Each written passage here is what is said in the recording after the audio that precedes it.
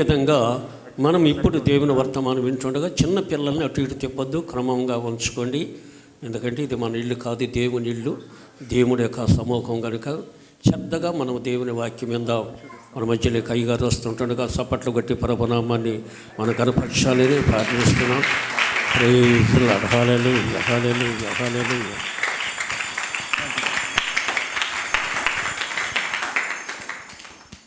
మన ప్రభు అయినటువంటి యేసుక్రీస్తు నామంలో ఈ నూతన సంవత్సర ఆశీర్వాద కూటానికి దేవుడు ఇక్కడికి నన్ను నడిపించినందుకే దేవుని నేను స్తుతిస్తున్నాను. కూడి వచ్చినటువంటి విశ్వాసులందరికీ ప్రత్యేక వందనాలు తెలియజేస్తున్నాను. అందరికీ వందనాలు. Be silent to everybody, to God is speaking with us. ప్రతి ఒక్కరు మనం మౌనంగా ఉంటే దేవుడు మనతో మాట్లాడతాడు. గాడ్.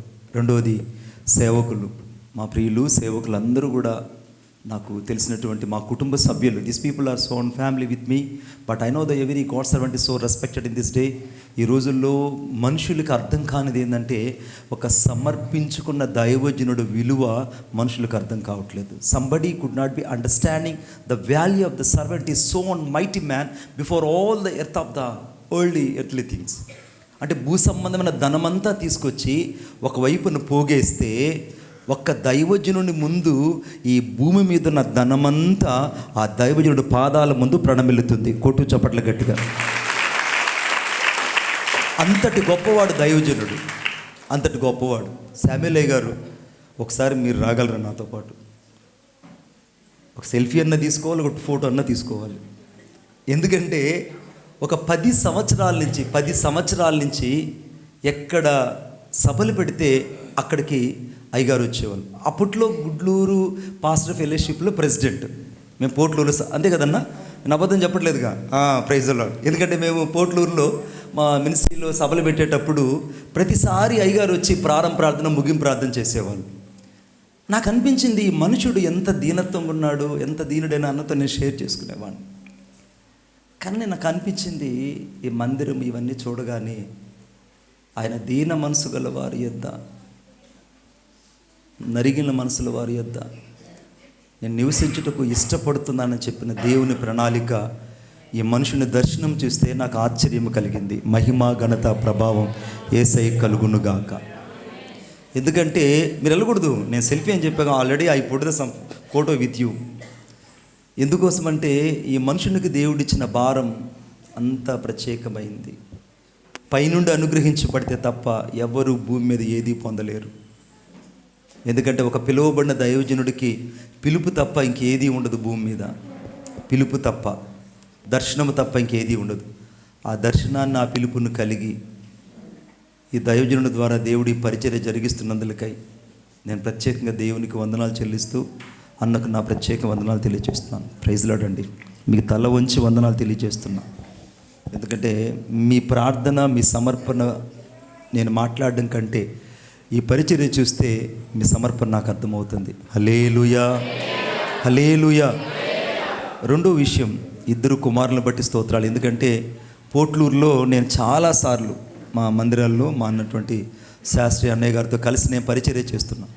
ఆ సమయంలో చాలాసార్లు మరి ఈ మందిరం గురించి, మరి శామ్యూయల్ అన్నయ్య గురించి అన్న నాతో చెప్తూ వచ్చేవాళ్ళు. చెప్పినప్పుడు మిగులు సంతోషించేవాడిని. ఒకసారి అనుకోకుండా నాకు మా ప్రియులు దేవరాజు గారు అన్నయ్య యొక్క సాక్ష్యాన్ని చెప్పారు. మీరు నమ్మండి, he told about his witness. సాక్ష్యం చెప్పాడు. ఆ సాక్ష్యం దాదాపు ఒక అర్ధగంట సేపు నేను ఆ సాక్ష్యం నాతో షేర్ చేసుకోవడం జరిగింది.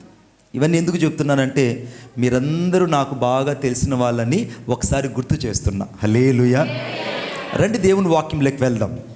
ఈరోజు ఒక ప్రత్యేకమైన అంశం ద్వారా పరిశుద్ధాత్మ దేవుడు మనతో మాట్లాడునుగాక. ఇప్పుడు నా వాచ్లో టైం ఎంత అయిందంటే ఎగ్జాక్ట్లీ ఇది 8:45. 8:50. రండి వాక్యంలోకి వెళ్దాం. సంఖ్యాకాండం అందరూ బైబిల్ తీయాలని నేను కోరుకుంటున్నాను. 9వ అధ్యాయము 90వ వచనం. సంఖ్యాకాండం 9వ అధ్యాయం 90వ వచనం.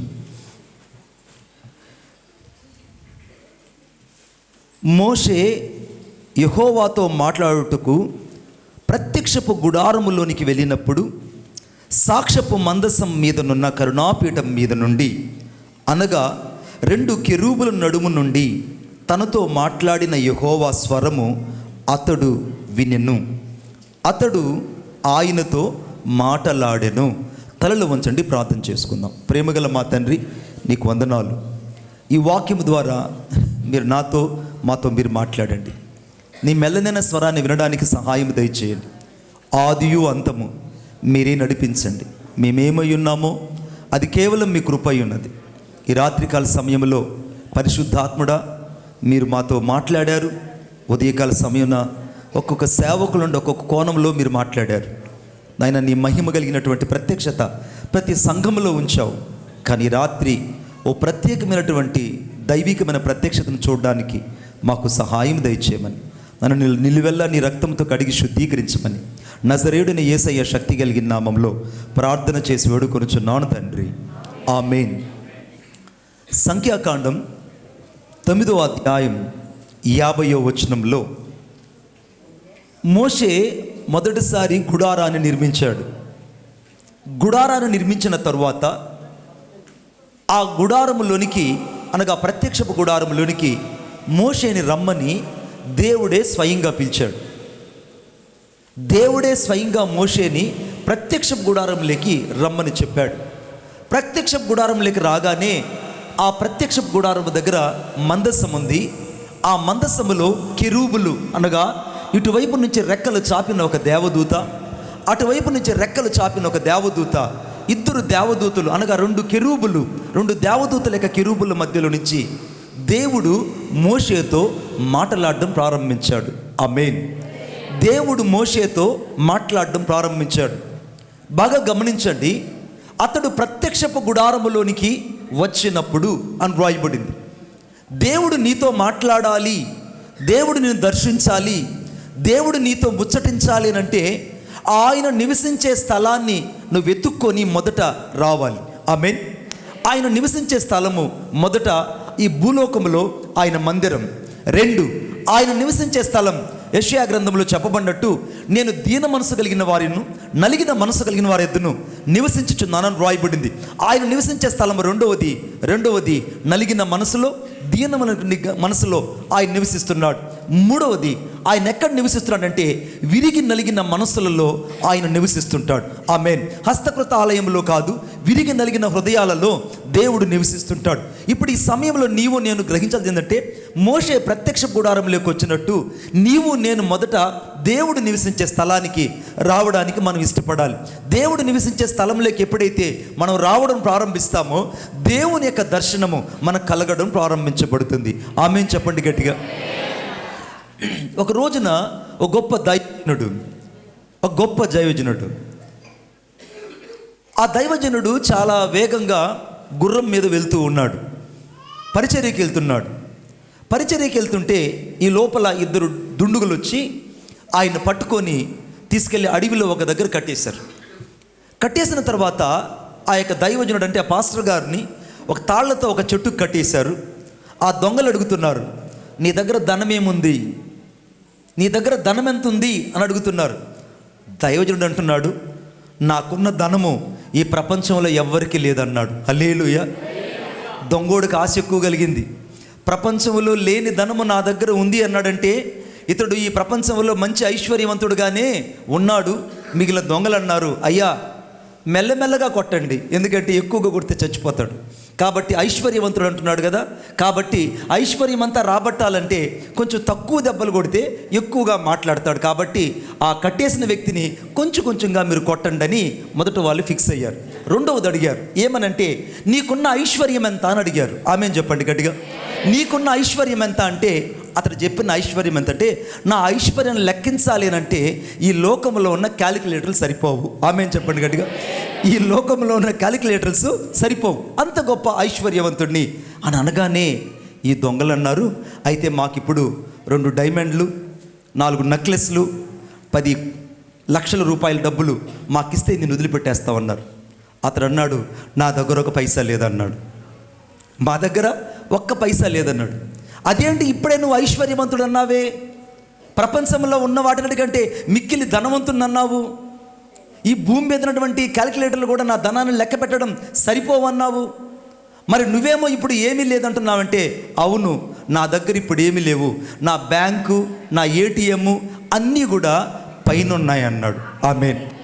వాళ్ళు అనుకుంటున్నారు ఎక్కడైనా చెట్టు మీద దాచిపెట్టాడేమో, లేకుంటే చెట్టు చివరిలో దాచిపెట్టాడేమోనని అనుకుంటుంటే, ఆ దొంగలు ఆశ్చర్యపోయి ఒకరినొకరు చూసుకొని, అయ్యా నీ దగ్గర పైన ఉందంటున్నావు, ఆ పైన ఎక్కడో నాకు చూపించానంటే, అతడు అన్నాడు, ముందు నా కట్లిప్పితే మీకు పైన చూపిస్తానన్నాడు. వెంటనే వాళ్ళు కట్టులిప్పగానే ఈ దైవజనుడు వాళ్ళిద్దరినీ ఆ చెట్టు దగ్గర నుంచి బయటకు తీసుకొచ్చి ఆకాశం వైపు చూపించి, ఆకాశమందు నీవు తప్ప నాకు దిక్కెవరు, నాకు తోడై ఉన్న దేవుడు ఆయన ఒక్కడే.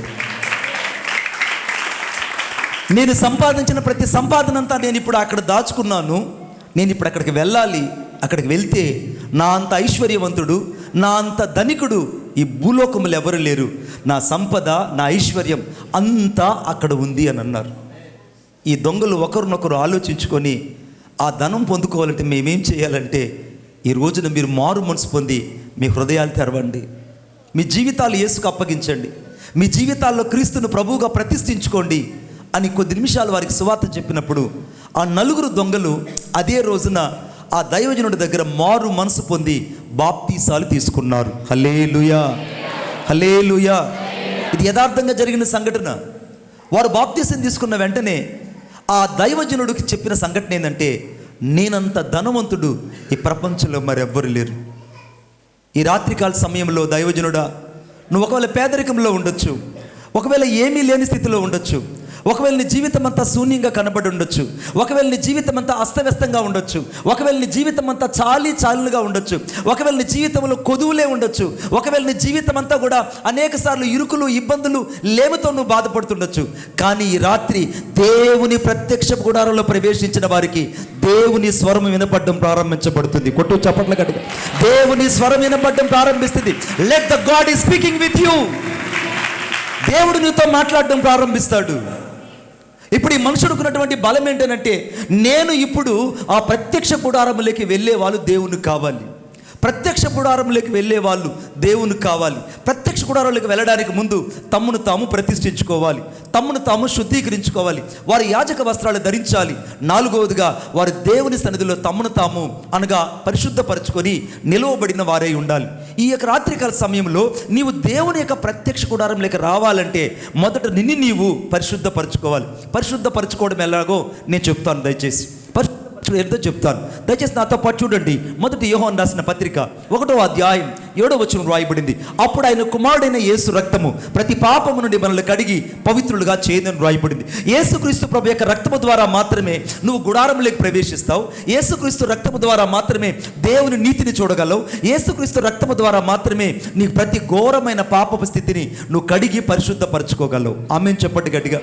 ఇప్పుడు యేసయ్య రక్తము ద్వారా మాత్రమే మనము ప్రత్యక్ష గుడారంలోకి ప్రవేశిస్తాం. ప్రత్యక్ష గుడారం అనగా ఆయన నివసించే స్థలంలోకి నువ్వు ప్రవేశిస్తావు. ఆయన నివసించే స్థలంలోకి నువ్వు ప్రవేశించాలంటే మొదట యేసుక్రీస్తు ప్రభు యొక్క రక్తము చేత నిలువెల్లా కడగబడిన అనుభవంలో ఉండాలి. ఈ రాత్రి పరిశుద్ధాత్మ దేవుడు ఒక ప్రశ్నని వేయనిమ్ము.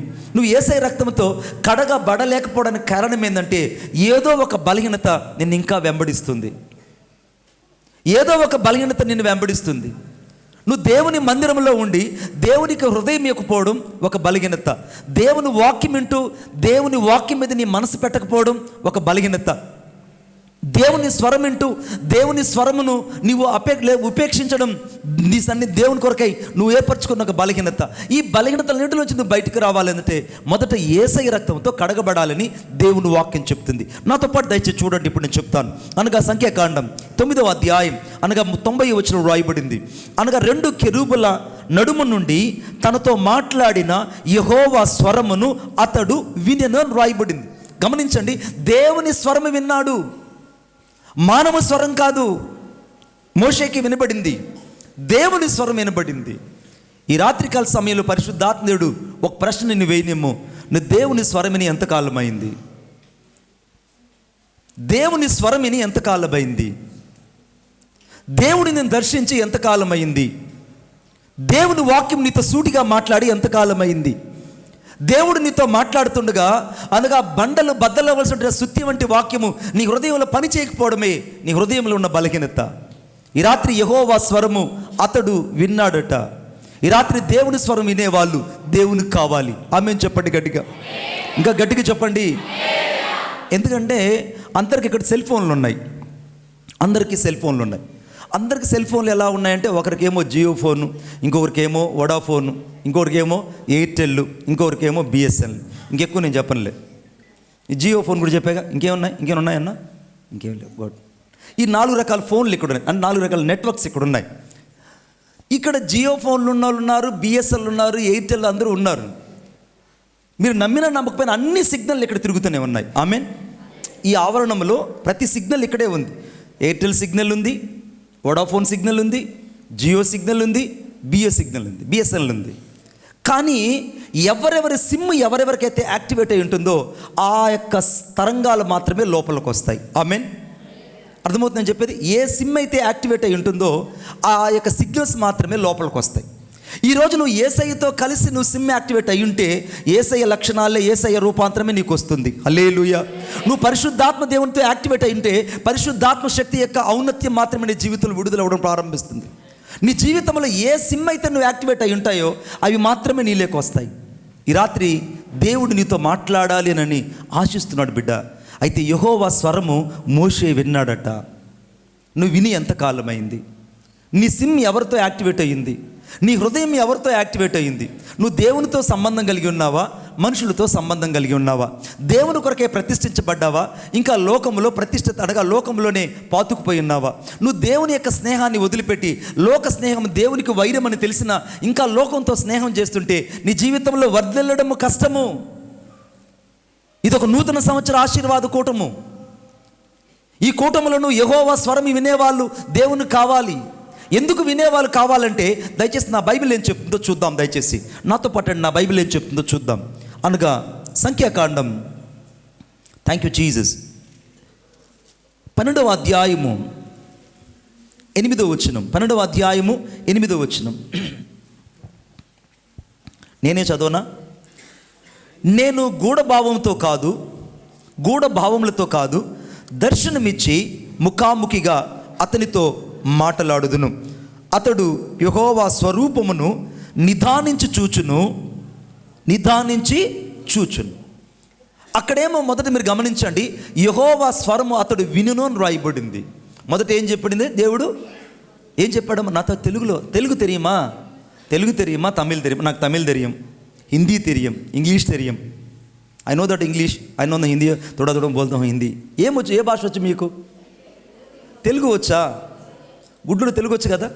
గట్టిగా హల్లెలూయా చెప్పండి. ఇప్పుడు యాక్టివేట్ అయ్యారండి వీళ్ళు. వాక్యం ఏం చెప్తుందో చూద్దాం దయచేసి.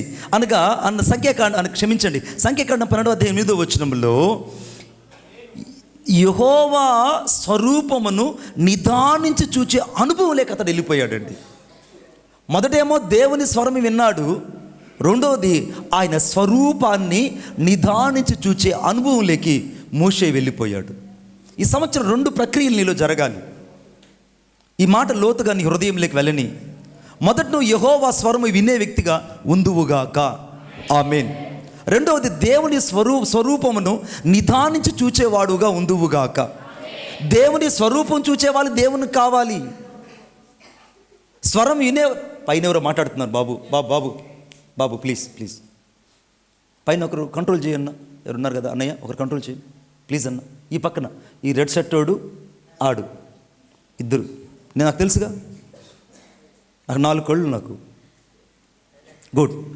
ఇక్కడ ఏం జరిగిందంటే యెహోవా స్వరూపాన్ని నిదానించి చూచే అనుభవం లేకి మోషే వెళ్ళిపోయాడండి.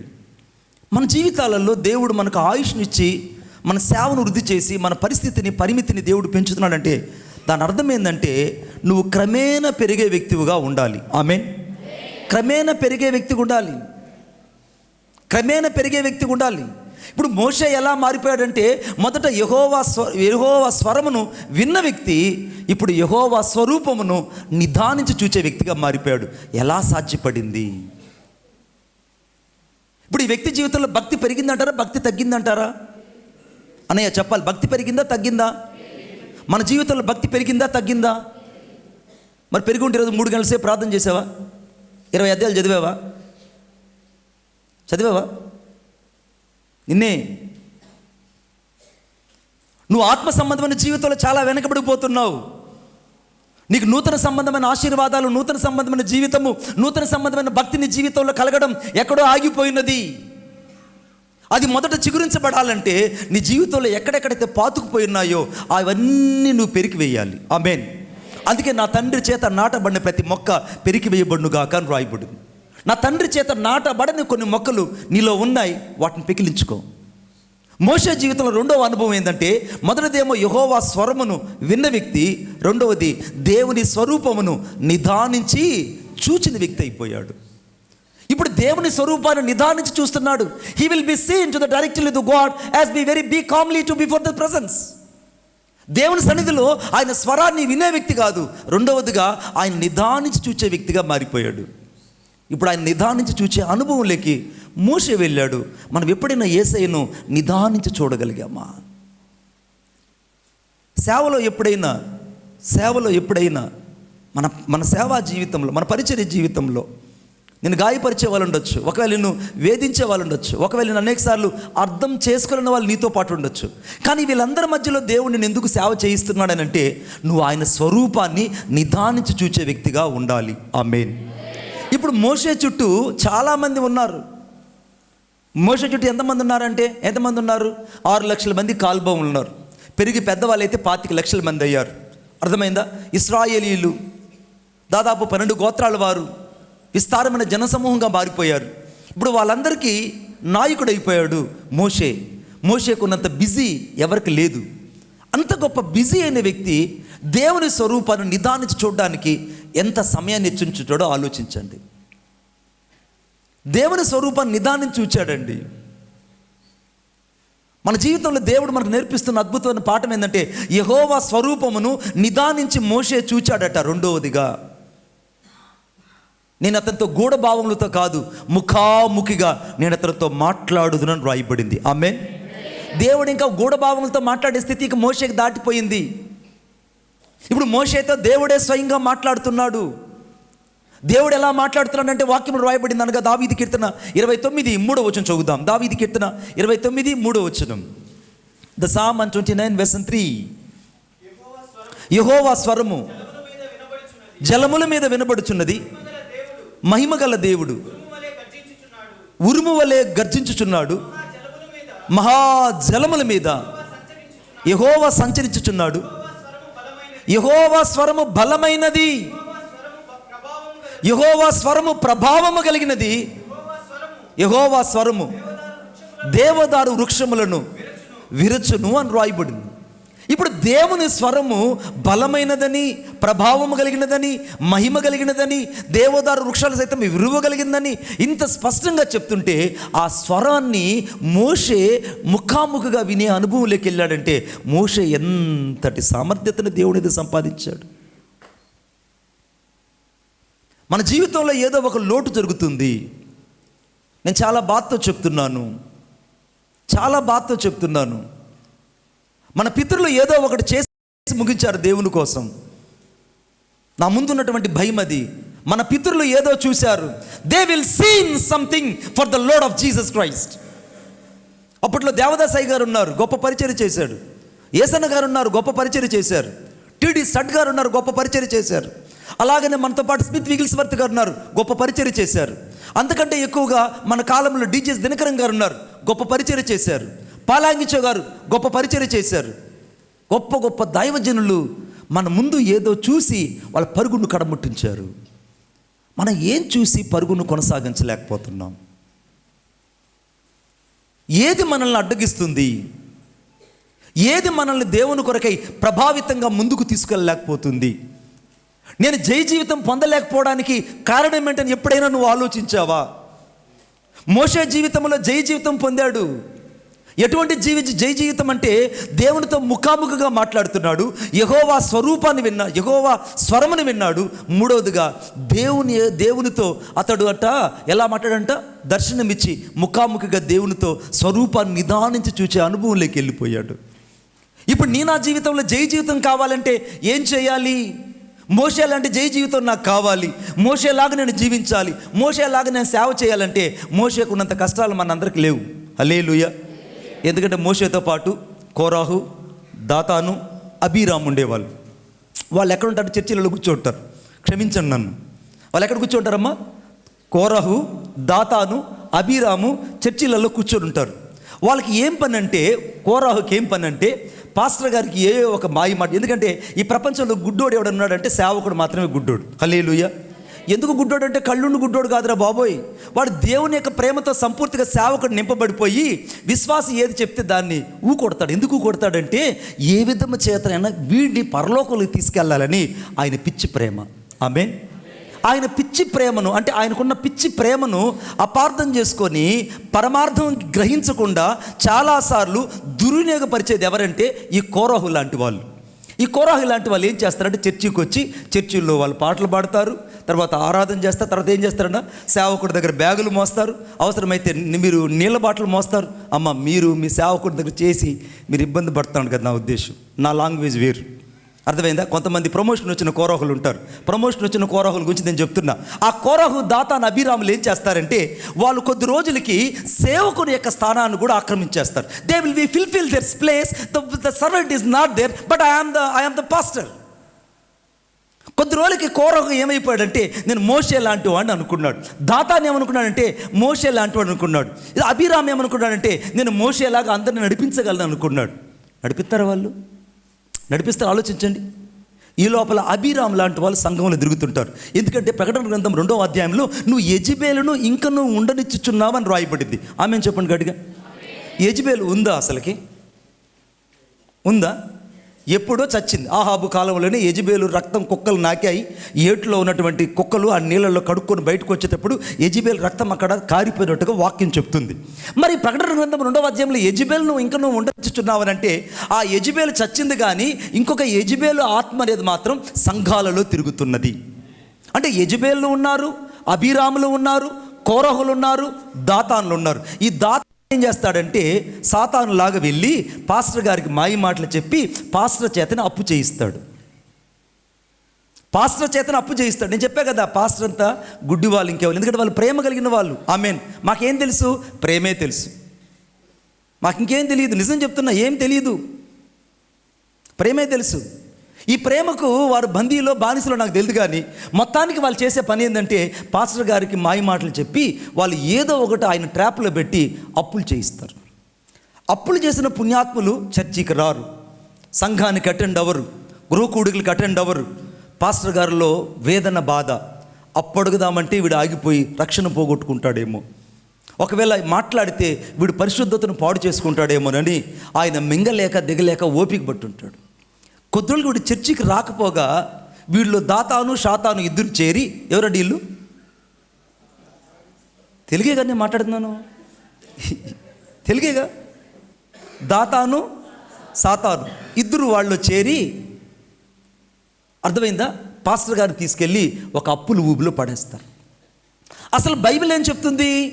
నీ పొరుగు వానికి పూట పడకూడని బైబిల్ చెప్తుంది. అందుకే నా బైబిల్ ఏదన్నా చెప్తే నిప్పు అంటే నిప్పే, పప్పు అంటే పప్పే. వీడు తిన్నాడు కాబట్టి ఇప్పుడు అక్కడ కింద అంత స్పష్టంగా చెప్తున్నాడు, ముందుగా తిన్నాడు. ఇప్పుడు నిప్పు అంటే నిప్పే. వాక్యం ఏం చెప్తుంది? వాక్యమే. వాక్యాన్ని ఎవరు మార్చలేరు.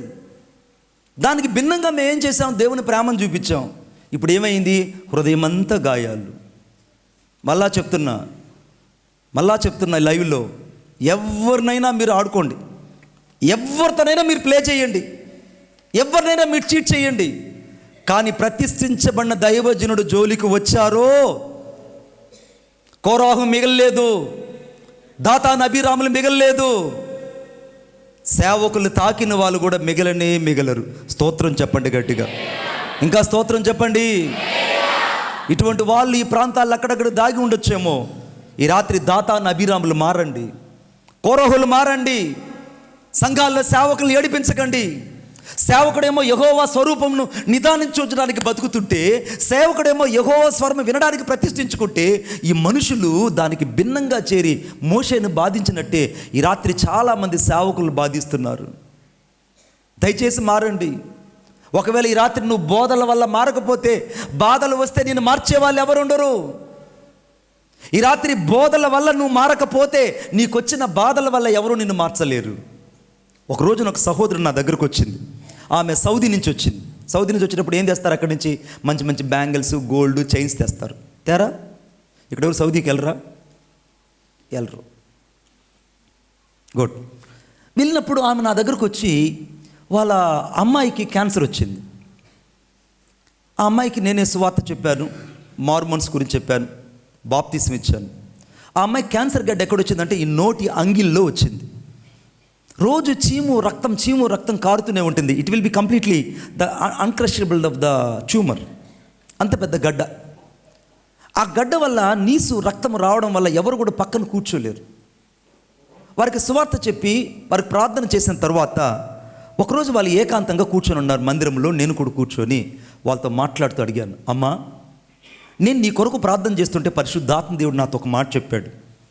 నువ్వు సౌదీలో పనిచేసేటప్పుడు నీ యజమాని ఇంట్లో ఒక దొంగతనం చేశావు. ఆ దొంగతనం చేసి నువ్వు ఆ ధనాన్ని ఇండియాకు పంపించావు, అంటే నీ పిల్లలకు పంపించావు. అప్పటి నుంచి ఈ క్యాన్సర్ వ్యాధి నీ బిడ్డను పట్టుకునింది. నువ్వు ఏం దొంగతనం చేశావో దేవుడు నాకు చూపించాడు, నీ నోటితో ఒప్పుకుంటే బాగుంటుందమ్మా అని చెప్పాను. వాళ్ళమ్మ ఏడుస్తూ నాకు చెప్పింది, అయ్యా, నేను నిజంగా దొంగతనం చేశాను. నేను సౌదీలో దొంగతనం చేసిన విషయం ఎవరికీ తెలియదు.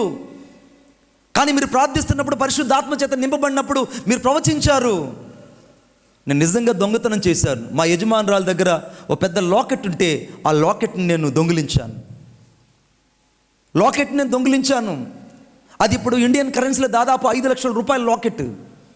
ఆ 5 లక్షల రూపాయల లాకెట్ నేను అక్కడ దొంగిలించి దాన్ని వేరొకరికి అమ్మివేసి అక్కడ వచ్చిన ఆ ధనంతో ఇండియాకి ఎవరికి తెలియకుండా పంపించేశాను.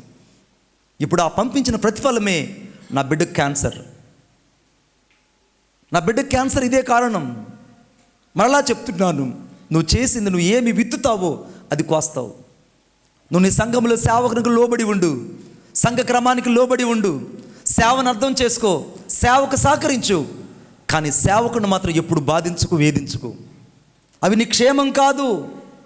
ఎందుకంటే సేవకుడేమో యెహోవా స్వరము వినడానికి, యెహోవా స్వరం నిదానించి చూడడానికి ఆయన బ్రతుకుతుంటే, ఈ కోరాహు, దాతాను, శాతానులు, అభిరాములు చేరి ఆయన వెనక్కి లాగుతున్నారంటే ఈ రోజుల్లో పరిస్థితి ఎలా ఉందో ఆలోచించి చూడండి. సంఘంలో నీ పరిస్థితి ఏంటో, నీ స్థానం ఏంటో, నీ సాక్ష్యం ఏంటో ఒకసారి అర్థం చేసుకో. దేవుని వాక్యంని పడర్థం చేసుకోకు, అర్థం చేసుకో, బ్రతుకు. అందుకే దేవుని యొక్క మాట చెప్తుంది. దయచేసి నాతో పాటు చూడండి దయచేసి అందరూ కూడా. నిర్గమకాండం. Thank you Jesus. నిర్గమకాండం. మీరు బైబిల్ తీరలే, నేనే తీస్తా. నిర్గమకాండం 33వ అధ్యాయము. నిర్గమకాండం 33వ అధ్యాయం 9వ వచనం. మోషే ఆ గుడారములోనికి పోయినప్పుడు మేఘస్తంభం దిగి ఆ గుడారము ద్వారమందు నిలబడగా, ఎంత అద్భుతమైన సంఘటన అండి ఇద్దరికి. గుడారములోనికి పోయినప్పుడు మేఘస్తంభం దిగిందట. ఆ గుడారపు ద్వారమునద్ద మోషే నిలబడగానే యెహోవా మోషేతో మాట్లాడుతున్నాడు. మొదటేమో యెహోవా స్వరం విన్నాడు, రెండవదేమో యెహోవా స్వరూపము నిదానించి చూస్తున్నాడు, మూడవదిగా దేవుడే దిగి వచ్చి మోషేతో మాట్లాడుతున్నాడు. What a privilege. దేవుడు మాట్లాడుతున్నాడు. మేఘస్తంభంలో నుంచి ఆయన దిగి వచ్చి దేవుడే స్వయంగా ఇప్పుడు మోషేతో మాట్లాడడం ప్రారంభించాడు. అంటే ఇప్పుడు మోషేకి దేవునికి మధ్య ఏ అడ్డుగోడలు లేవు. మోషే యొక్క పరిపక్వత లేదా మోషే యొక్క స్థానము, మోషే యొక్క భక్తి దినదినము అభివృద్ధి చెందుతుంది. ఎందుకు అభివృద్ధి చెందుతుందంటే, ఇప్పుడు మోషే జీవితంలో దేవుడు చేస్తున్నటువంటి ఆశ్చర్యమైన కార్యం ఏంటంటే, మోషేతో యెహోవా ముఖాముఖిగా, అనగా ఏం రాయబడింది అక్కడ, యెహోవా మోషేతో మాటలాడుచుండెను. He will speak with the continuously. దేవుడు మాట్లాడుతున్నాడు. ఎలా సాధ్యపడింది? నీతో దేవుడు మాట్లాడి ఎంతకాలం అయింది? దేవుడిని దర్శించి ఎంతకాలం అయింది? దేవుడు నీతో మాట్లాడి ఎంతకాలం అయింది? గుండెలు బాదుకోవాలి ఈ వాక్యం చదివినప్పుడు. The God is speaking with especially to the Moses. దేవుడు మోషేతో ముఖాముఖిగా కాదు, దేవుడు మాట్లాడుతూ ఉన్నాడట. మాట్లాడుతూ ఉన్నాడు, ఆగలేదు. అనంత సాగరమైన దేవుడు, అనంతమైనటువంటి విశ్వాన్ని మాటతో కలుగు చేసిన దేవుడు కేవలం మాటతో సూర్యుడు కలుగును కాకంటే కలిగింది, చంద్రుడు కలుగును కాకంటే కలిగింది, సమస్తము కలుగును కాకంటే కలిగింది. సమస్త నోటి మాటతో కలుగు చేసిన దేవుడు మట్టి మానవునితో మాట్లాడుచూ ఉన్నాడంటే ఆయన ప్రేమ ఎంత గొప్పదో ఆలోచించండి. మట్టి మానవునితో మనుషుడు మాట్లాడడం వేరు, కానీ దేవుడే మనుషుడితో మాట్లాడడం మాటలాడుచూ ఉండెను. He will speaking to the Moses continually. దేవుడు మాట్లాడుతున్నాడు. నీతో దేవుడు మాట్లాడి ఎంతకాలమైంది బిడ్డ. ఒక రోజున దేవదాస్ అయ్య గారు పరిచర్య చేస్తున్న రోజులు అవి. పరిచర్య చేస్తుంటే ఒక రోజున అనుకోకుండా ఒక యవనస్తుడు, ఈ రోజుల్లో యవనస్తులు చాలా ప్రమోషన్ వచ్చేసారు. ఒక పాట, ఒక వాక్యం, ఒక పాట, అంతే కదన్నా, చెప్పవే. ఒక పాట, ఒక వాక్యం వస్తే చాలు. ఒక పాట, ఒక వాక్యం వస్తే చాలు, లేదా రెండు పాటలు, రెండు వాక్యాలు వస్తే చాలు. అప్పటికే వాళ్ళు ఏం చేస్తారంటే ఆ పాస్టర్ గారు గుండెల మీద కూర్చొని ఊపిరి ఆడనీయకుండా ఆయనకు ఎదురుగానే చర్చి పెట్టేసి, లేకుంటే ఆయన ఉండగానే సమాధి తీసి ఆయన గొయ్యిలో పాతేసి వీళ్ళు అక్కడ వెళ్ళి కూర్చుంటారు. అటోళ్ళు కూడా లేకపోలేదండి. ఆ రోజుల్లో దేవదాసయ్య గారి దగ్గర ఒక యవనస్తుడు పరిచర్య చేసేవాడు. ఆ యవనస్తుడు పరిచర్య చేస్తుంటే ఆ యవనస్తుడికి చెప్పాడట, బాబు బండిగట్టు మనం పక్కూరికి వెళ్ళి సువార్త చెప్పాలి అన్నాడు. పక్కూరికి వెళ్ళి మనం సువార్త చెప్పాలి బండిగట్టు అని అంటే ఆ పిల్లోడు ఏం చేశాడంటే, అయ్యా బండి అయితే నేను కట్టాను, కానీ ఈ రాత్రి నేను నీతో పాటు రాలేను. ఎందుకంటే నాకు ఇంటి దగ్గర నా భార్య బిడ్డలు ఏమో వీళ్ళకే ఉన్నట్టు, నాకు అర్థమైందా, భార్య బిడ్డలు వీళ్ళకే ఉంటారు. వీళ్ళకి ఏ స్పెషల్గా ఉంటారు, వాళ్ళు ఎట్లుంటారో నాకు తెలియదు. నన్ను అందరూ ఉంటారు, మణిబాబు నీకు పెళ్ళి అయిందా లేదని అడుగుతుంటారు కొంతమంది. ఎందుకనంటే మీరు ఎప్పుడు చూసిన పరిచర్యలు తిరుగుతుంటారంటే, అరే భార్యలు ఉన్నట్టు లేనట్టుగా బతకమని దేవుని వాక్యం చెప్తుంది. హల్లెలూయా. ఉన్నాడు ఏమన్నా మేలు పొందాడా?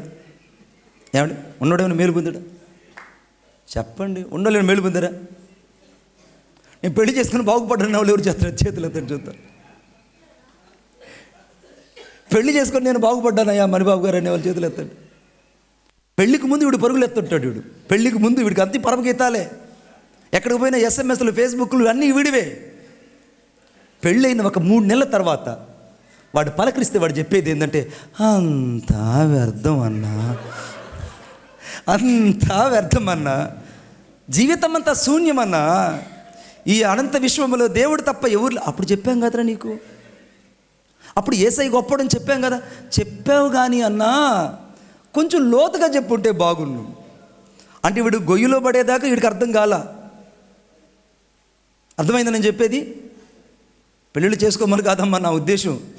చేసుకున్నా చేసుకోకపోయినా యేసుక్రీస్తు ప్రభువే నా ప్రియుడని చెప్పేవాళ్ళు హల్లెలూయా. ఆయన నా ప్రియుడు. నేను యేసయ్య నన్ను ప్రేమించాడు. ఎందుకంటే యేసయ్య నన్ను ఎందుకు ప్రేమించాడో మళ్ళీ చెప్తాను మీకు. మళ్ళీ మీరు వెళ్ళిపోతారు ఇంకెక్కడికో. ఆ యేసయ్యని ప్రేమించేవాళ్ళు కదా. ఈ అబ్బాయి చెప్పాడు, అయ్యా నేను గూడు బండి కట్టాను, నేను రాలేను అని. మళ్ళీ చెప్పాడు, అరే నీకు చాలా కాలం నుంచి ఒక కోరుకుంది. ఆ యవనసుకు ఒక కోరుకుంది ఏంటనంటే, దేవదాసయ్య గారు ఎప్పుడు దేవునితో మాట్లాడతాడు కదా. మీరు దేవదాసయ్య గారు వినాలంటే ఈస్ట్ గోదావరి, వెస్ట్ గోదావరిలో ఆయన పరిచర్యలు చూడాలి. ఆయన పరిచర్య చేస్తే ఒక్కొక్క మందిరం 90 అడుగులు, 80 అడుగులు, 150 అడుగులు, 160 అడుగులు ఉంటుంది. మీరు గుర్తుకెళ్తే అర్థమవుతుంది. 100 ఎకరాలలో ఉంది ఆయన మందిరం. హల్లెలూయా. కాకానికంటే పెద్దది. ఆడ మట్టి తినమని కదమ్మా నా ఉద్దేశం. మళ్ళీ రేపు తినేశారు. మణిబాబు అని చెప్పాడు, ఆయన మట్టి తినేస్తారు, తినకండి. అర్థమైందా? అట్టాటి దైవజనుడి దగ్గర వీడికున్న కోరిక ఏంటంటే, మా దైవజనుడు దేవునితో మాట్లాడతాడట, అది ఎలా ఉంటుందో విందామని ప్రతిరోజు ఆయన వెంబడించాడు. కానీ ఏ రోజు ఆయన మాట్లాడలేదు, ఏ రోజు వీడికి అర్థం కాలేదు. ఒకరోజున గాలివాన వచ్చే సమయం అది, బండిగట్టు పక్కూరికి సువార్తకి వెళ్దాం అన్నాడు. ఈ కుర్రోడు బండిగినంతా కట్టిన తర్వాత, నేను రాలేనయ్యా, గూడు బండ్లు, ఆ రోజుల్లో గూడు బండ్లు, నేను రాలేను సువార్తకి, నేను ఇంటికి వెళ్ళాలి, మీరే వెళ్ళండి అని చెప్పారు. దేవదాసయ్య గారు డ్రమ్ము పెట్టుకొని, దేవదాసయ్య గారు యొక్క కర్రపుల్ల పట్టుకొని బండిలో, గూడు బండిలో కూర్చొని బండి పోతుంది. ఆ బండి నడిపే వ్యక్తి అన్యుడు. బండి నడుపుకొని పోతున్నారు. ఆ పక్కూరికి వెళ్ళారు, సువార్త చేశాడు. సువార్త చేసిన తర్వాత మళ్ళా ఆయన ఆ డ్రమ్మును, కంజర్ను, అక్కడ ఆ రోజుల్లో ఈతాకు చేపలు, ఆ ఈతాకు చేపలను ఆయనే మడతేసుకొని ఆయన ఆ బండిలో పెట్టుకొని తిరిగి మళ్ళీ ఆ బండికి గూడు బండి ఎక్కి వస్తుంటే మార్గం మధ్యలో పెద్ద వర్షం పట్టుకునేసింది. ఆ వర్షంలో బండి కదలలేని పరిస్థితి. ఇక బండి కదలే పరిస్థితుల్లో బండ్లు కదలలేకపోతున్నాయి, ఉరువులు మెరుపులు. వెంటనే దేవదాసే గారు, వింటున్నాను ప్రభువా, చెప్పండి, అలాగే నీ చిత్తాన్ని చేస్తాను, అలాగే ప్రభువా అని అంటున్నాడు. ఈ బండి నడిపే వ్యక్తికి అర్థం కాకుండా ఆ తాటాకుల గూడు పక్కకు తీసి చూస్తే ఆ గూడు బండిలో ఆయన గువ్వలాగా మోకరించి, అలాగే ప్రభువా, వింటానయ్యా, నీ చిత్తం చొప్పున చేస్తానయ్యా, అలాగే వింటాను ప్రభువా అని మాట్లాడుతున్నాడు. ఏందో ఇతనికి అర్థం కాలేదు. మొత్తానికి బండి తీసుకొచ్చి పెదకాకాని మందిరం దగ్గర వదిలిపెట్టి ఆ బండి ఎడ్ల బండి తోలుకొని అతను వెళ్ళిపోయాడు. దేవదాసయ్య గారు మందిరంలోకి వెళ్ళిపోయాడు. ఉదయాన్నే ఈ యవనస్తుడు వచ్చి అడిగాడట ఆ ఎడ్ల బండి అతన్ని, అయ్యా, రాత్రి కూటం బాగా జరిగిందా? అందుకే నేను రాలేదు, ఎందుకంటే భయంకరమైన వర్షము, ఆ వర్షానికి కూటం ఆగిపోయి ఉంటుందని నాకు ముందుగానే బయలుపరిచాడు, కాబట్టి నేను రాకుండా ఆగాను. అది నిజమే కదా అన్నాడు. ఇటోళ్ళు కూడా ఉన్నారు ఎటోళ్ళు కూడా ఎతకండి కావాలంటూ ఉంటారు. అర్థమైందా? వాడు రాకపోగా నేను రానందుకే అట్లా జరిగిందని చెప్తాడు ప్రవచనం మల్లుడు. ఎందుకు వీడు రాకపోతేనంటే జరిగిందంట అక్కడ. అప్పుడు ఆ యొక్క ఎడ్ల బండి నడిపిన వ్యక్తి అన్నాడట, లేదు బాబు, కూటమైతే అద్భుతంగా జరిగింది, హల్లెలూయా. అయ్యగారు వాక్యం చెప్పి ముగించేంత వరకు వర్షపు చినుకు పడలేదు. కూటమంతా అయిపోయిన తర్వాత సామాన్లన్నీ సర్దుకొని అయ్యగారు గూడు బండిలో ఎక్కిన తరువాత వర్షం స్టార్ట్ అయింది. కానీ మార్గం మధ్యలో మాత్రం ఎవరితోనూ ఆయన మాట్లాడడం నేను గమనించాను. ఆయన పదే మాట్లాడడం నేను చూశాను.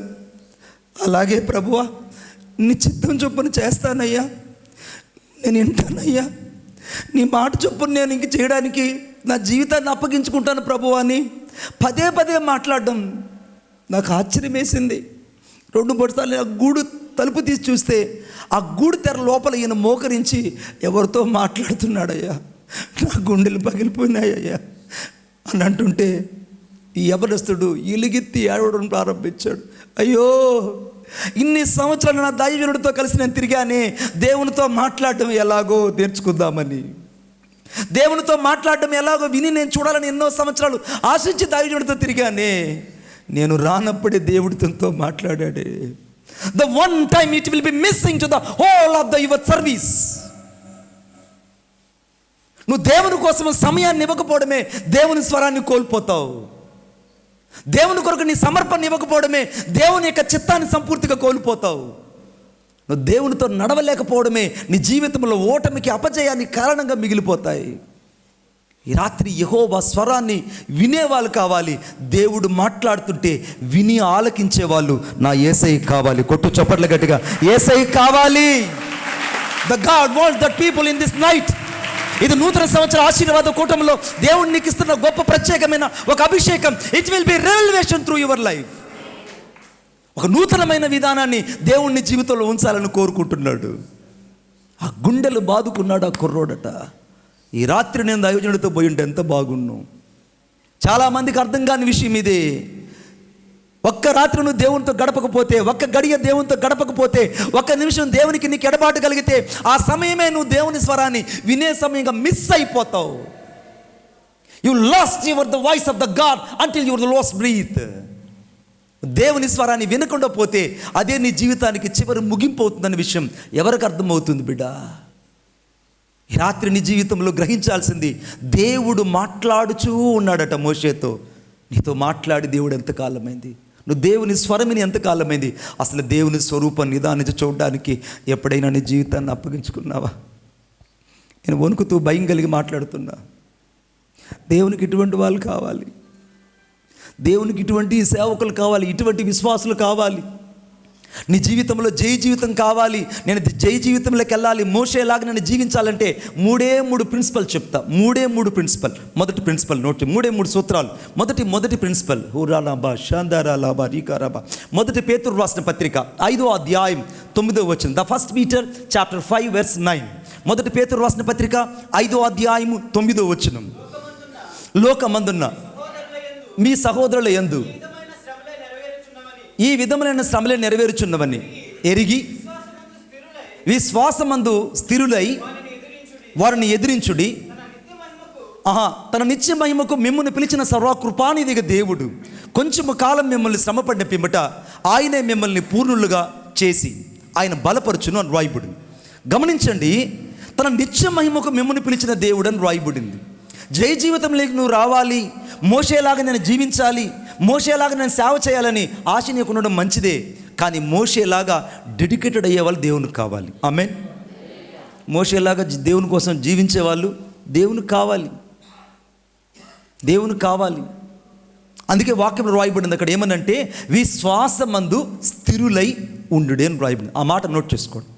ఎక్కడ రాయబడింది? మొదటి పేతురు రాసిన పత్రిక 5వ అధ్యాయం 9వ వచనం పై భాగంలో విశ్వాసమందు స్థిరులై ఉండుడి అనే మాటను ఒకసారి నోట్ చేసుకోండి. విశ్వాసమందు స్థిరులై ఉండమని దేవుని వాక్యం చెప్తుంది. విశ్వాసంలో ఎటువంటి స్థిరత్వం కలిగి ఉండాలి అని అంటే నీవు అవిశ్వాసములుగా ఉండకూడదు. అవిశ్వాసం అంటే నువ్వు చలించిపోయేటువంటి విశ్వాసం ఉండకూడదు. వాళ్ళ విశ్వాసం అంటే ఏం చెప్తుంది? హెబీలు రాసిన పత్రిక 11వ అధ్యాయం 1వ వచనంలో నిరీక్షింపబడు వాటి యొక్క నిజ స్వరూపము అదృశ్యమైనవి ఉన్నట్టుకు రుజువైనది విశ్వాసం అని రాయబడింది.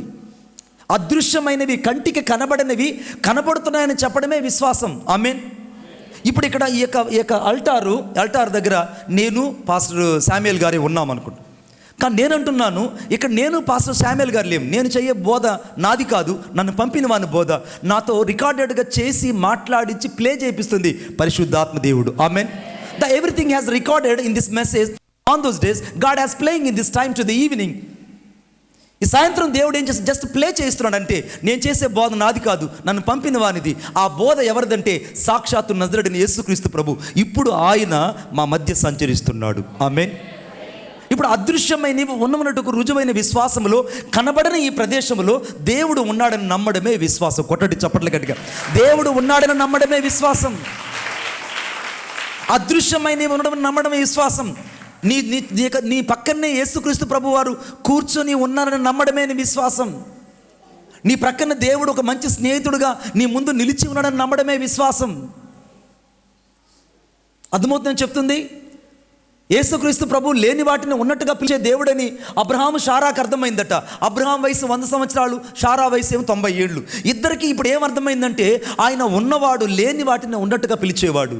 నీ జీవితంలో ఇప్పుడు ఏవేవి లేవో అవన్నీ నువ్వు ఉండబోతున్నావు, కలిగి ఉండబోతున్నావు. కొట్టండి చప్పట్లు గట్టిగా. ఈ సంవత్సరం నువ్వు కలిగి ఉండబోతున్నావు. ఈ సంవత్సరం నువ్వు కలిగి ఉండబోతున్నావు. This is the prophecy. This is the prophecy. The God will be received the great gift from the Lord. It will be comes to you. ఓ గొప్ప కృప నీ కొరకై దేవుడు ఈ సంవత్సరం విడుదల చేయును గాక. ఏది నీ జీవితంలో తాకి చూడలేకపోతున్నావో దాన్ని ఈ సంవత్సరం తాకి చూచుదువు గాక.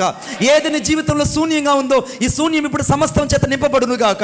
ఏది నీ జీవితంలో లేదనుకుంటున్నావో అది నీ జీవితంలో ఇక కలుగును గాక.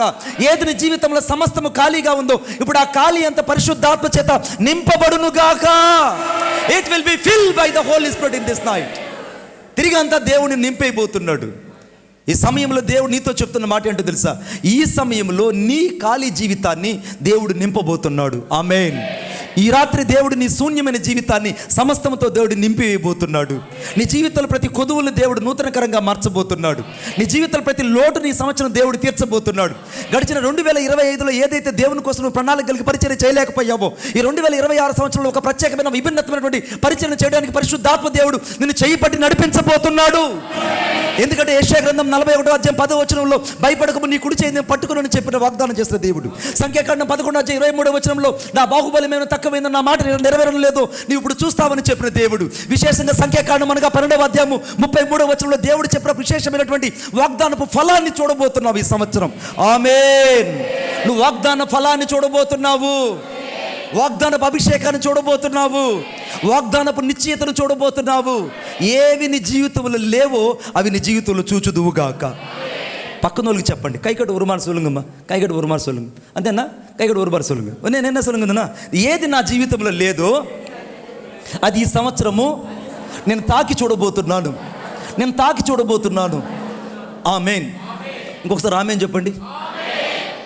గట్టిగా లాక్ చేయండి. ఆమేన్. గుడ్. ఇప్పుడు విశ్వాసమందు స్థిరం కలిగి ఉండాలి. ఇప్పుడు జయ జీతం కావాలంటే విశ్వాసమందు స్థిరం కలిగి, ఎటువంటి విశ్వాసం స్థిరం కలిగి ఉండాలో ఒకసారి వాక్యం అని చెప్తూ చూద్దాం. హెబ్రీయులకు రాసిన పత్రిక, నేను చెప్పే కదా 3 ప్రిన్సిపల్ చెప్తాను. మొదటి ప్రిన్సిపల్ ఏంటంటే విశ్వాసమందు స్థిరులై ఉండాలి. ఆమెన్. వాక్యం అని చెప్తా. హెబ్రీయులకు రాసిన పత్రిక, థ్యాంక్ యూ జీసస్. ఓరాలాబా నీనామా షబా రాబాల. హెబ్రీయులకు రాసిన పత్రిక. అమ్మా, అవునమ్మా. విశ్వాసం లేకుండా దేవునికి ఇష్టడై ఉండుట అసాధ్యము. విశ్వాసం లేకుండా అంటే విశ్వాసమందు నువ్వు స్థిరత్వం కలిగి ఉండకపోతే, విశ్వాసమందు స్థిరత్వం కలిగి ఉండకపోతే నువ్వు దేవుని కొరకు అసాధ్యం. ఇంకంతే. లేని వాటిని ఉన్నట్టుగా పిలిచే దేవుడు నీ ముందు నిలిచి ఉన్నాడు. ఆమెన్. ఇప్పుడు నీ ప్రక్కన యేసు ప్రభు కూర్చొని ఉన్నాడు. ఆమెన్. ఇప్పుడు నా చుట్టూ దేవుని దూతలు నిలబడి ఉన్నారు. ఆమెన్. నీతో ఇప్పుడు సూటిగా మాట్లాడుతుంది నజరేయుడైన యేసుక్రీస్తు ప్రభు. ఆమెన్. ఇప్పుడు నేను ఆశీర్వదించి పంపించబోయేది నజరేయుడైన యేసుక్రీస్తు ప్రభు. ఆమెన్. నీ జీవితంలో సమస్తాన్ని ఈ సమయంలో విశ్వాసం లేకుండా దేవునికి ఇష్టడై ఉండుట అసాధ్యము కనుక నీవు మొదట విశ్వాసమందు స్థిరులై ఉండాలి. Just you will be firmly stand అని రాయబడింది ఇంగ్లీష్ బైబిల్లో. ఫ్రిమ్లీ స్టాండ్ అంటే అటు ఇటు కదలకుండా స్థిరత్వం కలిగి విశ్వాసమందు నువ్వు నిలబడాలి. అంటే నమ్మకంలో నిలబడాలి. ఎటువంటి నమ్మకంలో నిలబడాలి అని అంటే వాక్యమే చెప్తుందో చూద్దాం. హెబ్రీయులకు రాసిన పత్రిక 11వ అధ్యాయం. హెబ్రీయులకు రాసిన పత్రిక, అది కాదు అమ్మగారు, 24వ వచనం. మోషే పెద్దవాడైనప్పుడు విశ్వాసమును బట్టి ఐగుప్తు ధనము కంటే క్రీస్తు విషయమైన నింద గొప్ప భాగ్యమని ఎంచుకొని అల్పకాల పాప భోగం అనుభవించుట కంటే దేవుని ప్రజలతో శ్రమ అనుభవించుట మేలని యోచించి కుమారుడని ఒప్పుకొనలేదు. He cannot be accepted to the for o daughter of son. ఇతడు ఏమాత్రం ఒప్పుకోలేదు. క్రీస్తు విశ్వాస విషయంలో అతడు అనిందుడుగా బ్రతకడానికి ఇష్టపడలేదు. ఇప్పుడు మోషే ముందు ధనం ఉంది, మోషే ముందు ఫరో యొక్క అధికారం అంతా ఉంది, మోషే ముందు రాజరికం ఉంది, మోషే ముందు దేవుని ప్రజలతో నింద కూడా ఉంది. ఆ నింద కూడా సామాన్యుల వాళ్ళు ఏమండి, ఆ రోజుల్లో కరాటీ, జూడో, మరమకళ్ళు ఉండేటివి. ఆ మరమకల్లో ఇద్దరు కొట్లాడుకుంటున్నారు. ఒక ఐగుప్తుడు, హెబ్రీయుడు కొట్లాడుకుంటుంటే వెంటనే మోషే వెళ్ళి, అరే ఎందుకు రా వాడిని కొడుతున్నావు, అసలే వాడు బక్కోడు, ఐగుప్తుడు సరిగ్గా తిండి లేదు, వాళ్ళకి 430 సంవత్సరాల బానిసత్వంలో ఉన్నారు, వాళ్ళని ఎందుకు కొడుతున్నావంటే అసలు నువ్వు అడగడానికి అన్నాడు. మోషే ఏం చేశాడంటే ఒక్క దెబ్బ కొట్టాడండి వాడిని. కొట్టగానే ఇసుకలో ఎవడు పాతి పెట్టకుండా అట్టు కూరుకుపోయాడు. ఆమెన్. అట్టున్నాయి మరమకలలు ఆ రోజుల్లో. ఒకే దెబ్బ, ఇంక రెండే దెబ్బ కూడా లేదు, ఒకే దెబ్బకి ఇసుకలో అమాంతంగా ఆ దెబ్బ తిన్నటువంటి ఫరో యొక్క సైనికుడైనటువంటి ఒకడు ఐగుప్తీయుడు అమాంతంగా ఇసుకలోకి అలా కూరుకుపోయాడు. వీళ్ళందరూ చూసిన వాళ్ళు ఏమనాలా, అన్నయ్య మన కోసం చేసినాడు అన్నయ్య, ఇంత త్యాగం మన నాయకుడు, మన ఈ గూడెంకి నాయకుడు చేశాడు అన్నయ్య అని మనసులో పెట్టుకోవాల్సింది పోయి పక్క రోజు ఇద్దరు కొట్లాడుకుంటుంటే, ఏమిరా కొట్టుకుంటున్నారు మీరంటే, వీళ్ళేమన్నారు, వీళ్ళు స్వజనులు ఏమన్నారు, సొంత వాళ్ళు ఏమన్నారు, ఐగుప్తుని చంపినట్టు ఎవరికి తెలియదు. అర్థమైంది నా లాంగ్వేజ్ మీకు? చంపినట్టు ఎవరికి తెలియదు, చెప్పింది ఎవరు? స్వజనులే. అందుకే నువ్వు స్వజనులు ఎప్పుడు కూడా పరజనులకు ఎప్పుడైతే చూస్తావో అప్పుడు నీ పరిశుద్ధతను కాపాడుకుంటావు. స్వజనుల మధ్యలో నువ్వు ఎప్పుడు కూడా ఏంటంటే నీ పరిశుద్ధతను కాపాడుకోవాలంటే గానే చూడాలి. మోషేకి నమ్మకం కుదిరింది ప్రజల మీద, కానీ ప్రజలకు మోషే మీద నమ్మకం కుదరనందువల్ల ఐగుప్తుని చంపినట్టు మమ్మల్ని కూడా చంపాలనుకున్నావా అన్నారండి.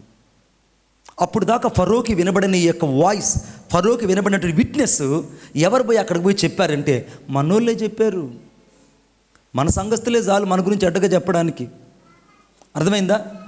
మన బంధువులే చాలు మన గురించి 10 మాటలు చెడ్డగా చెప్పడం. అందుకే ఎఫ్ఎం రేడియోని, తర్వాత అప్పుడుటువంటి విశ్వవాణిని, తర్వాత విశ్వం అంటే వాక్యం చెప్పే విశ్వవాణి కదా, అప్పట్లో all India radio, all India radio వాళ్ళు ప్రసంగాలు తరంగాలు ఆపేశారు, కానీ చర్చిలో కొంతమందికి ఆల్ ఇండియా రేడియోలు పనిచేస్తున్నాయి. చూడండి, ఆల్ ఇండియా రేడియోల వాళ్ళు ఆల్రెడీ రెడీ కరెక్ట్గా 7 గంటలకు మోగుతుంది. అది 7 గంటలకి ఆ ట్యూన్ ఇప్పితే, ఆ ట్యూన్ తిప్పుతుంటే ఒక దగ్గర ఆగుతుంది ట్యూన్. ఒక దగ్గర ఆగిన తర్వాత అక్కడి నుంచి మీతో మాట్లాడుతుంది ఆ విశ్వవాణి అనంతరంగం నుంచి మాట్లాడుతున్నారు. సాయంత్రం వేళల్లో వార్తలు చదువుతున్నది. అటు చదివేస్తారండి కొంతమంది వార్తలు. కొంతమందికి అదే పని. వాళ్ళు విశ్వాసంలో స్థిరంగా ఉండరు, సేవకుని దగ్గర స్థిరంగా ఉండరు, సంఘంలో స్థిరంగా ఉండరు, నమ్మకత్వంగా జీవించరు. వాళ్ళు విశ్వాసంలో కదిలిపోవడమే కాకుండా సేవకుడు కూడా కదిలించాలని చూస్తున్నారు. కానీ దేవుని వాక్యం చెప్తుంటే జయ జీవితం పొందే వాళ్ళు విశ్వాసం మందు మొదట స్థిరులై ఉండాలి. వారి లోకంలో ఉన్న వాటిని ఏటిని చూడరు. కొట్టు చప్పట్లు గట్టిగా. లోకంలో ఉన్న వాటిని వేటిని చూడరు. లోకంలో ఉన్న వాటిని వేటిని చూడరు. వాళ్ళు ఎలా ఉంటారో వాక్యం చెప్తుంది. అక్కడ చూడండి, మోషే పెద్దవాడైనప్పుడు విశ్వాసం అంటే ఐగుప్తు దండం కంటే క్రీస్తు విషయంలో నింద గొప్ప భాగ్యమని ఎంచుకొని అల్పపాలక పాప భోగములు అనుభవించట కంటే దేవుని ప్రజలతో నింద అనుభవించడం మేలనుకున్నాడు. ఏ ప్రజలైతే ఒకప్పుడు ఇతన్ని పట్టించి ఐగుప్తులో నుంచి తన మామైనటువంటి ఇత్రో హోరేబు దగ్గరికి వెలివేపించారో ఆ వ్యక్తులు ప్రేమించడానికి ఇష్టపడ్డాడండి. ఇది సేవకుని ప్రేమ. It is the God's love. నీ సేవకుడు ఎంత ద్వేషించినా, ఎంత కించపరిచినా, ఎన్నిసార్లు అభాండాలు వేసినా, ఎన్నిసార్లు నిందించినా, మళ్ళా నీ సేవకుని మనసు ఎవరి మీద ఉంటుందంటే సంఘములో ఉన్న విశ్వాసం మీదే ఉంటుంది. కొట్టు చప్పట్లు గట్టిగా. ఇంకా విశ్వాసం మీదే ఉంటుంది. ఒకవేళ నిన్నక్కడ కానీ పంపిస్తే నువ్వు చెప్పే మాట ఏంటంటే, భలే వాడన్నా, అప్పుడు వాడే కదా పట్టించేసింది. ఎవడు? ఆ సుబ్బయ్య కొడుకు, ఆ రంగడు కొడుకు, వీళ్ళిద్దరు కలిసి కదిలినప్పుడు కోర్టులో చెప్పి పట్టించేసింది. వాళ్ళిద్దరు కానీ నాకు ఆ రోజు చెప్పకుంటే వ్యతిరేకంగా సాక్ష్యం, నాకు ఈ బాధ వచ్చి ఉంటుందా? నేను మామైన ఇతరు మన దగ్గరికి వెళ్ళి మా మందరం మేపుకుంటూ దాదాపు నేను 40 ఏళ్ళు అరణ్యవాసం చేయడానికి కారణం ఏంటంటే ఆ ఇద్దరు ఐగుప్తులు చంపినట్టు నువ్వు మమ్మల్ని చంపుతావని సాక్ష్యం ఫరోకు చెప్పకపోయేట్టు అక్కడి నుంచి నేను వెలివేయబడి ఉండేవాడిని కాదు. అట్టాటి వ్యక్తులు బయటకు తీసుకురావడం అంటే నా వల్ల కాదంటావు నువ్వు. హల్లెలూయా. ఒకవేళ నీకు కానీ అవకాశం ఇస్తే ఏమంటావంటే, నాకు కుదరదన్నా, వాళ్ళు ఆ ఊరిలో చావాల్సిందే. వాడు నన్ను పట్టిస్తాడు పోలీసులకి, నన్ను వెలివేపిస్తాడు వాడు. ఇప్పుడు అవకాశం వచ్చింది. ఇప్పుడు మోషే చేతికి దేవుడు అవకాశం ఇచ్చాడు. నువ్వు వెళ్ళి ఆ ఊరికంటే మనమైతే ఏమంటావు? మేము పోనమయ్యా, అగ్ని ఆ ఊరి మీదకి దిగాలి, అగ్ని గంటకాలు దిగాలి, అగ్ని వాన కురవాలి. ఆలుగురుత్తుని వాడంట. ఈ రాత్రి నా యేసయ్య ప్రేమ సేవకుల్లో నుంచి ఏమని చెప్తుందంటే, విశ్వాసమందు స్థిరులై ఉండండి. ఇప్పుడు దాకా మరి ఎంత అస్థిరులై మమ్మల్ని వేధించినా, ఇప్పుడు దాకా ఎన్నిసార్లు మీరు మమ్మల్ని బాధించినా, ఎన్నిసార్లు మీరు మమ్మల్ని హేళన చేసినా, ఈ రాత్రి ప్రభు మిమ్మల్ని దీవించినట్లుగా మిమ్మల్ని దేవుని చేతికి అప్పగిస్తున్నామని చెప్పేవాడు సేవకుడు. కొట్టు చప్పట్ల గట్టిగా. దేవుని చేతికి అప్పగిస్తున్నామని చెప్పేవాళ్ళు సేవకులు. దేవుని చేత నిన్ను మరణించాలని దేవుడు కోరుకుంటున్నాడు. ఈ సమయం దేవుని చేత నువ్వు ఆశీర్వదించబడాలని దేవుడు కోరుకుంటాడు. విశ్వాసమందు స్థిరులై ఉండాలి. ఆమేన్ చెప్పండి గట్టిగా. హల్లెలూయా. ఇంకా గట్టిగా హల్లెలూయా. ஒரு மாறு தமிழ்ல சொல்லுங்க, హల్లెలూయా, స్తోత్రం சொல்லுங்க. ఇప్పుడు ఏమన్నా కర్తருக்கு స్తోత్రం తమిళ్ తెలియమ్మా? కొంచెం కొంచెం దా తెలియము. రొంబ థ్యాంక్స్ మా, రొంబ థ్యాంక్స్. గుడ్. ఇప్పుడు ఏం చెప్పబడిందంటే, ఇప్పుడు ఈ శ్వాస మధ్య స్థిరులై ఉండే దాంట్లో రెండో విషయం చెప్తున్నాను నేను. దయచేసి నాతో పాటు చూడండి దయచేసి. Thank you Jesus, wonderful Jesus. హురాలాబా నీనామా షాబారాబా రీకా రందరాలాబా. రోమిల్ వాసన పత్రిక 12వ అధ్యాయం 2వ వచనం. 12వ అధ్యాయం 2వ వచనం. ఈ లోక మర్యాదను అనుసరింపక ఉత్తమమును అనుకూలమును సంపూర్ణమైన దేవుని చిత్తం మీద పరీక్షించి తెలుసుకున్నట్లు మీ మనస్సు మారి నూతన మగుట వలన రూపాంతరం పొందాలి. విశ్వాసంలో స్థిరత్వం కలిగి ఉన్నట్టు అర్థమేంటి? నువ్వు రూపాంతరం పొందాలి. ఆమేన్ చెప్పండి గట్టిగా. రూపాంతరం పొందాలి. అందరూ చెప్పండి నాతో పాటు. రూపాంతరం పొందాలి, రూపాంతరం పొందాలి, రూపాంతరం పొందాలి. రూపాంతరం పొందండి అని మీరు ఈజీగా చెప్తున్నారు, కానీ రూపాంతరం పొందడం అంటే అర్థం ఏం తెలుసా మీకు? చెప్పనా? యేసయ్యలాగా మాట్లాడటం, యేసయ్యలాగా క్షమించడం, యేసయ్యలాగా ఇస్కరియోతు యూదును కూడా పక్కన పెట్టుకొని పోవడం. అర్థమైందా? యేసయ్యలాగా ఆ సిలువను లేదా శ్రమను అనుభవిస్తూ దేవుని కోసం పరిచర్య చేయడం. ఇప్పుడు రూపాంతరం పొందాలి. నూతన మగుట వలన ఈ నూతన సంవత్సరంలో నూతన ఆశీర్వాదం ఎలా వస్తుందంటే, మొదట నీవు విశ్వాసమందు స్థిరులై ఉండాలి. మోషేలాగా. మోషే విశ్వాసమందు స్థిరత్వం కలిగి ఉన్నాడు, రూపాంతరం పొందుతున్నాడు.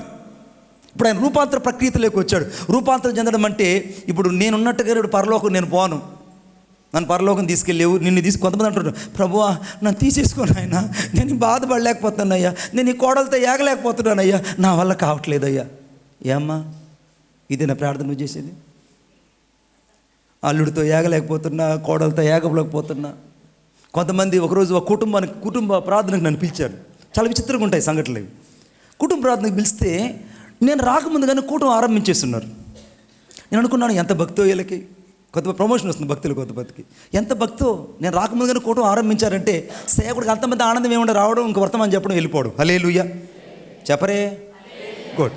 నేను రాకముందు కానీ కూటం ఆరంభించారని చెప్పి నేను మెల్లగా నా లబ్బర్ చెప్పులు విడిచేసి ఆ మెట్ల మీద మెల్లగా నడుచుకుంటూ పైకి వచ్చి ఆ కిటికీ నుంచి తొంగి చూస్తే ఆ ఇంట్లో ఉన్న కోడలు తన ఇద్దరు బిడ్డలను అక్కడ పెట్టుకొని, వాళ్ళ అత్త ఫోటోని కుర్చీ మీద పెట్టుకొని, కుర్చీ ముందు పెట్టుకొని, నా శత్రువులు నన్ను చూటినను, మళ్ళీ పాడుతుంది, నా శత్రువులు నన్ను చూటినను. వాళ్ళత్త ఇప్పుడు ఈమెకి శత్రువు. నేనేమనుకుంటున్నాను, కూటం ఆరంభించేశారు, ఎంత భక్తో. ఇలా భక్తి చూద్దామని పోతే కిటికీలను చూడగానే నాకు ఆశ్చర్యం వేసిపోయింది. నేను అనుకున్నాను, మనం 4 రోజులు బయట ఉన్నాం కదా మీటింగ్లో, ముచ్చిలతో చచ్చిపోయిందేమో, అందుకే ఈ కూటం పెట్టారేమో అనుకోని నేను అనుకున్నాను. ఈ ఇంతలో పెద్ద బైబిల్ పెట్టుకొని, వందనాలు నాయనా వచ్చావా అన్నది. అరే ఈమె బతికే ఉందే, మరి ఈ కూటం ఎవరికి? నేను అన్నాను, అమ్మ నువ్వు సజీవంగా ఉన్నావు కాదంటే అవంటుంది, వాళ్ళంతే నాయన, మృతులు తమ మృతుల్ని పాతి పెట్టుకొని నాయన అనింది. మృతులు తమ మృతుల్ని పాతి పెట్టుకొని. విశ్వాసమందు స్థిరులై ఉండడం అంటే రూపాంతరం చెందాలి. దేవుని కోసం నువ్వు పరిపక్వతలకు రాయాలి, పాత అలవాట్లు పోవాలి, పాత పద్ధతులు పోవాలి, పాత స్వభావం పోవాలి. 2025 సంవత్సరాలు ఎక్కడెక్కడైతే నువ్వు దేవుని కొరకు సక్రమంగా నడవలేకపోయావో, నువ్వు ఉన్నతమైన దశను, ఉన్నతమైన మార్గాన్ని ప్రభు కొరకు జీవించడానికి నీ జీవితాన్ని అప్పగించుకొని నువ్వు బ్రతుకుదువు గాక. నీ అకౌంట్లోకి 10 లక్షలు వచ్చును గాక. ఎంత గట్టిగా చెప్తారు చూడు. ఇప్పుడు నాకు తెలుసు మీ నాడి ఏందో నాకు తెలుసు. రావాలి, ఎందుకంటే రేపు వచ్చేది సంక్రాంతి కదా, డోక్రా పథకం రావాలి, మీకు రావాలి. వస్తేనే మీరు బతుకుతారు, లేకపోతే బతకలేరు మీరు, నాకు తెలుసు. ఆడవాళ్ళ చేతులు ఎప్పుడు డబ్బులు ఇచ్చేయండి, మగవాళ్ళారా మీకు ఏం కాదు. హల్లెలూయా. అతనికి ఆధార్ కార్డులు ఉండే వాళ్ళకి చెప్పర పట్టరు వెళ్ళిపోతుంటారు కొంతమంది, అర్థమైందా? ఆధార్ కార్డులు ఉన్నంత వరకు ఆడవాళ్ళు బాగుపడరు. ఎందుకు బాగుపడరు అంటే వాళ్ళు నోటి మాట అనడం లేదు ఎవరు కూడా. ఒక ఆమెని మనం ఇంటర్వ్యూ చేస్తే తిరుపతిలో టిఫిన్ చేసిందంట, మధ్యాహ్నం కాళహస్తిలో భోజనం చేసిందంట, రాత్రి భోజనం విజయవాడకి పోయి చేయబోతుందంట. నిజమండి నేను చెప్పేది, నాకే కనపడతాయి ఇవన్నీ, నాకు కనపడతాయి. ఆ వంట ఆమె విహారయాత్ర చేస్తుందంట, భర్తకి ఇంట్లో అన్నం వండి పెట్టుండదు. కాబట్టి ఆధార్ కార్డులో ఉన్నంత వరకు మనం జాగ్రత్తగా ఉండాలి. హల్లెలూయా. నేను ఎగ్జామ్షన్ ఏం కాదు, నేను కూడా. అందుకే ఎంత మౌనంగా ఉంటే అంత మహిమ దేవునికి ఉంటుంది. హల్లెలూయా. ఏం చెప్పాలి? ఎంత మౌనంగా ఉంటే అంత దేవుని మహిమ. ఇప్పుడు రూపాంతరం చెందాలంటే దాని అర్థం ఏంటి? నువ్వు దేవుని కొరకే నీ ప్రక్రియను మార్చుకోవాలి, నువ్వు రూపాన్ని మార్చుకోవాలి, నీ ఆలోచనలు మార్చుకోవాలి, నీ దేవుని కొరకు నీ సాక్ష్యాన్ని కాపాడుకోవాలి. హల్లెలూయా. మొదటిది విశ్వాసం, అది స్థిరత్వం కలిగి ఉండాలి. రెండో విషయం చెప్తున్నాను, చాలా ప్రత్యేకమైంది. Thank you Jesus, wonderful Jesus. Mark సువార్త, ద మార్క్ చాప్టర్ 9.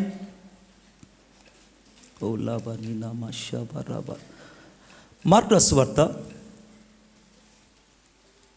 9వ అధ్యాయము. చాలామంది దొంగలు బైబిల్ తీయట్లే. మార్కు సువార్త 9వ అధ్యాయం 29వ వచనం. అందుకు ఆయన ప్రార్థన వలనే గాని దేని వలనైనను ఇట్టి విధమైనది వదిలిపోవుట అసాధ్యమని వారితో చెప్పాను. హల్లెలూయా. ప్రార్థన వలనే కానీ, ఆ కింద పుట్టినోట్లో ఏమని రాయబడిందంటే కన్నీళ్ళు, ఉపవాసము అని రాయబడింది. ఉపవాసము, కన్నీళ్లతో ఉపవసించి ప్రార్థించడం. నువ్వు దేవుని కొరకే ఒక జయ జీవితం జీవించాలి, దేవుని కొరకై నువ్వు మోషేలాగా నువ్వు బ్రతకాలంటే మొదట నువ్వు కన్నీళ్లతో ఉపవసించి ప్రార్థించే జీవితం కావాలి. సంగమా, అన్నయ్య నాకు గ్యాస్ట్రిక్ ట్రబుల్ అన్నయ్య, నేను ఆడుంటానన్నయ్య, నువ్వే ఉండనయ్య అంటున్నారు ఈ మధ్య. ప్రమోషన్ విశ్వాసులండి. నేను చెప్పేది నిజం చెప్తాను అన్నీ. అన్న దేవరాజన్ గారు ఎక్కడున్నారు మీరు? పాస్టర్ గారికి చాలామందికి అల్సర్లో ఎందుకు పాస్టర్లకు మాకెందుకు బీపీలు వచ్చుతాయంటే అర్థమైందా? మీరు ఉండడం లేదు. మీరే చేయండి అన్నయ్య, మీరు చెయ్యండి. మీరు చేస్తే దేవుడు ఆలకిస్తాడు. మరి నువ్వేం చేస్తా? దశమ భాగం ఇవ్వను దొంగవి. అర్థమైందా? సంఘానికి సరిగా రావు. ఈ వారం ఈ సంఘానికి వస్తావు, వచ్చే వారం ఇంకొక సంఘానికి వెళ్తావు. అర్థమైందా? సంఘాలు మారే వాళ్ళకి చెప్తున్నా. మొదటి యోహాను రాసిన పత్రిక 3వ అధ్యాయం 2వ వచనంలో, ప్రియులారా ఒక సంగతి మర్చిపోకుడి, మనం ఏమవుతాం, అది ఇంకా ప్రత్యక్షపరచబడలేదు కానీ ఆయన ప్రత్యక్షమైనప్పుడు ఆయన ఉన్నట్టుగానే ఆయన పోలి ఉందమని రాయబడింది. ఆమేన్. యేసయ్య ఎలా ఉంటాడో అలాగే మారిపోయే రోజు ఒకటి వస్తుంది సంఘానికి. ఆ సంఘం అప్పుడు రెప్పపాటులో మారిపోతుంది. అలా మారాలి అని అంటే ఉపవాస ప్రార్థన గాక మరి ఏది నిన్ను రూపాంతరం చేయలేదు. కొట్టండి చప్పట్లు గట్టిగా. ఏది నిన్ను రూపాంతరం చేయలేదు, ఏది నిన్ను మార్చలేదు. ఇట్టి విధమైనది వదిలిపోవడం అసాధ్యమని యేసు ప్రభువే చెప్పాడు. నీ జీవితంలో ఏదైనా అసాధ్యము కానివి ఉన్నాయంటే అవి ఈరోజు సాధ్యపడాలంటే ఉపవాస ప్రార్థన. It is the most important to the fasting prayer. ఉపవాస ప్రార్థన ప్రత్యేకమైంది. ఉపవాస ప్రార్థన ఎప్పుడైతే నువ్వు నిర్లక్ష్యం చేస్తావో నీ జీవితంలో ఓడిపోతావు.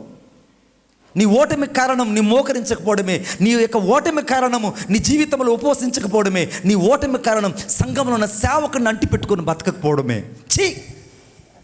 నువ్వన్నా మారు, లేకుంటే నీ జీవితం అన్నా మార్చుకో. Let me change this night. నువ్వన్నా మారు, లేకుంటే పోతే నీ యొక్క ఆలోచన అన్నా మార్చుకో.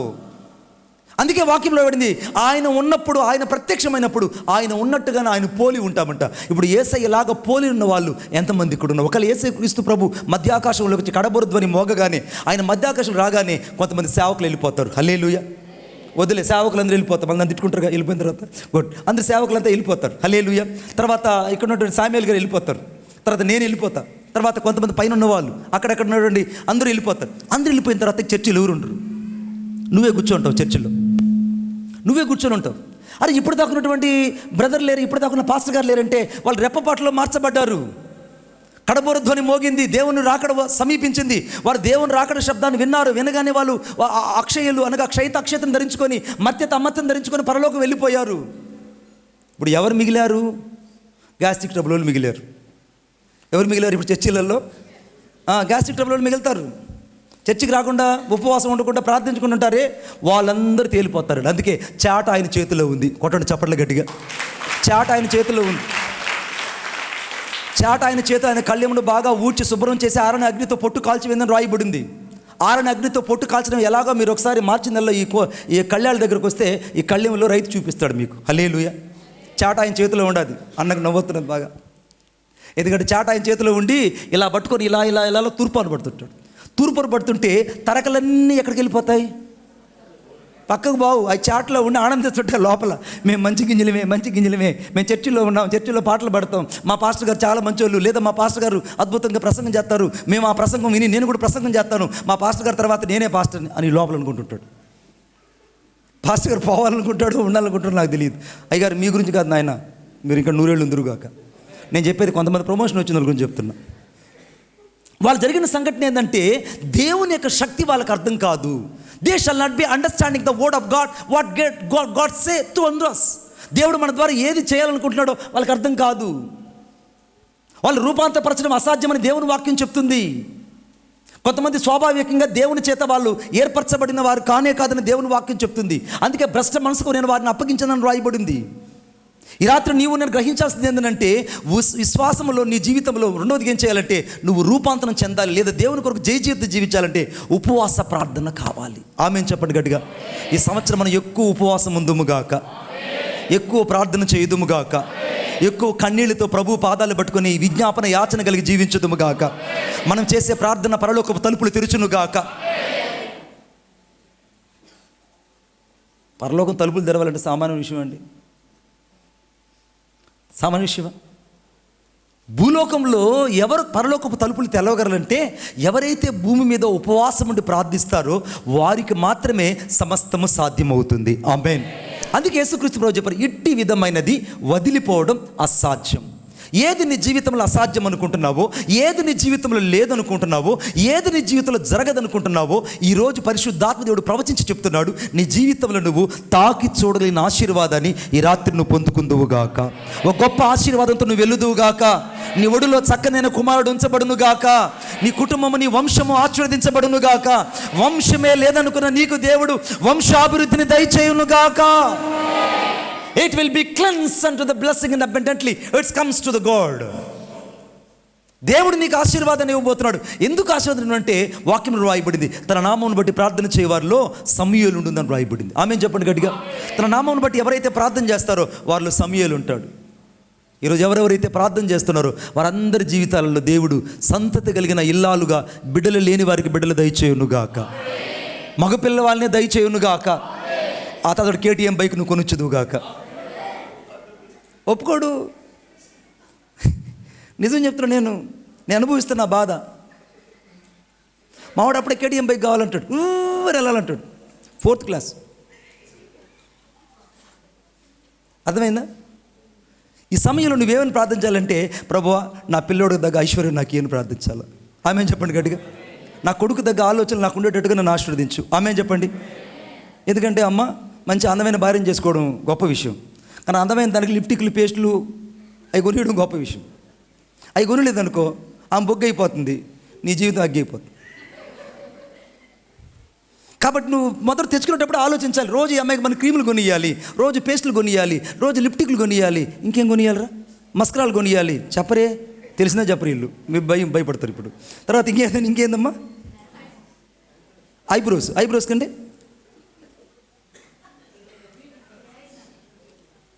పోయిందమ్మా బ్యూటీషియన్కే. ఆమె చెప్తుంది, 20 ఏళ్ళ అమ్మాయి, 60 ఏళ్ళు ఆమె చెప్తుంది, నాకు బ్యూటీషియన్ గురించి వెళ్ళి ఉంటారులే వాళ్ళు అని. కనుక్కొని చెప్తాలే అమ్మా ఎక్కడో. ఇప్పుడు వాక్యం ఏం చెప్తుందంటే, అక్కడ మీరు ఈ సంవత్సరం ఉపవాస ప్రార్థనలో మీరు ప్రతిష్ఠించబడుదురుగాక. ఆమేన్. ఎట్టి విధంగా వదిలిపోయినప్పుడు అసాధ్యం అంటే, నీ జీవితంలో ఏదైతే అసాధ్యం అనుకుంటావు అవన్నీ ఈ సంవత్సరం ఉపవాస ప్రార్థన ద్వారా దేవుడు సమస్తాన్ని సాధ్యపరచబోతున్నాడు. లేని వాటిని దేవుడు ఉన్నట్టుగా చేయబోతున్నాడు. ఒక తాకి చూడని ఆశీర్వాదం పొందుకోబోతున్నావు. నీ జీవితంలోకి లేమి అనేది ఉండదు. నీ జీవితంలో ఆశీర్వాదాల పరంపర ప్రారంభమైంది. నీ జీవితంలో దేవుడు వాక్యాలను విప్పబోతున్నాడు. ఆమేన్ చెప్పరు గట్టిగా, ఒకసారి గట్టిగా చెప్పండి. దేవదూతలు అంట పరలోకంలో ఫైళ్ళు ఎత్తుకొని తిరుగుతుంటారు. దేవదూతలు ఏం చేస్తుంటారు? ఫైళ్ళు ఎత్తుకొని తిరుగుతుంటారు. నిజం చెప్తున్నాను నేను. ఆ ఫైల్లో ప్రతి ఒక్కరి పేరు ఉంటుంది. శాస్త్రి గారి పేరు, దేవరాజు గారి పేరు, అర్థమైందా, శామ్యూయల్ గారి పేరు, ప్రతి ఒక్కరి పేరు ఏందన్నా, ప్రతి ఒక్కరి పేరు, అందరి పేర్లు ఆ ఫైల్లో ఉంటాయి. ఆ ఫైళ్ళని దేవదూతలు తీసుకెళ్ళి పరలోకంలో దేవుని సమ్ముఖంలో పెట్టేస్తుంటారు. ఎక్కడ పెట్టేసి ఉంటారండి? దేవుని యథార్థం చెప్తున్నా, it's a very very important of point. దేవుని సమ్ముఖంలో పెట్టేస్తుంటారు. దేవుని సమ్ముఖంలో పెట్టేసిన తర్వాత ఈ కింద భూలోకంలో ఆయన భక్తులు లేదా ఆయన కొరకే ఏర్పాటు చేయబడినటువంటి వాళ్ళు, నేను ఈ మధ్య గుడి నుంచి వస్తున్నా, టెంపుల్ నుంచి వస్తున్నా, కాళహస్తి నుంచి.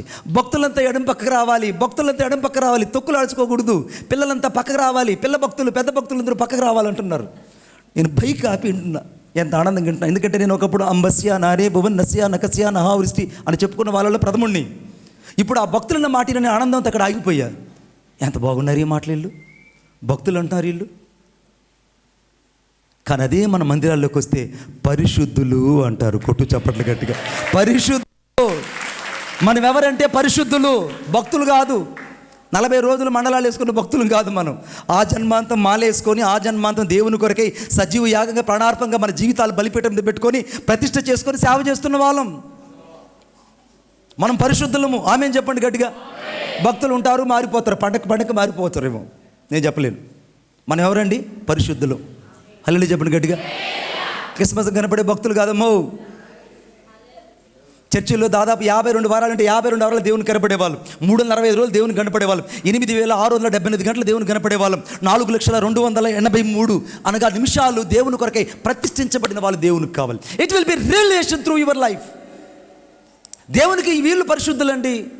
భక్తులు కావాలా, దేవునికి పరిశుద్ధులు కావాలా? నువ్వు భక్తుడివా, పరిశుద్ధుడివా? చర్చిలో అమ్మ నువ్వు భక్తుడివా, పరిశుద్ధురాలమ్మా?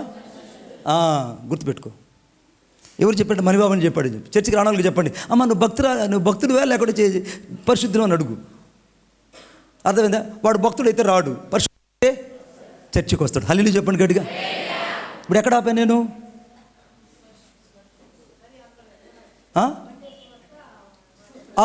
అక్కడ ఆపా. అయితే నువ్వు కాంటాక్ట్లో ఉన్నావు నాకు. ఇప్పుడు ఈ జరిగిన సంఘటన ఏంటంటే, అక్కడ జరిగినటువంటి ఆ పరిస్థితి జీవితాన్ని మార్చేసిందండి నాకు. ఓహో, మనం పరిశుద్ధులం, వాళ్ళు భక్తులు, మనం దేవునికి సన్నిహితంగా బతకాలి. ఈ రాత్రి నువ్వు ఉపవాస ప్రార్థనలో నీ జీవితంలో సమస్తాన్ని నువ్వు పొందుకోబోతున్నావు. ఆమెను చెప్పండి గట్టిగా. నీ జీవితంలో ఏది కాదు.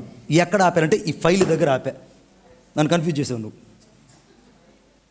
ఆధార్ కార్డుల మహిమ ఇదంతా. వీళ్ళు మంచి వాళ్ళు, ఆధార్ కార్డుల మహిమ. అందుకే ఎవరిని అనను, నేను ఆడవాళ్ళని ఎవరిని అనను, ఇంట్లో వాళ్ళు కూడా అనను, వెళ్ళిపోతారు. జాగ్రత్త నాయన, కార్డులను దాచిపెట్టు, లేకుండా పోతే కార్డులను లేకుండా చెయ్యి.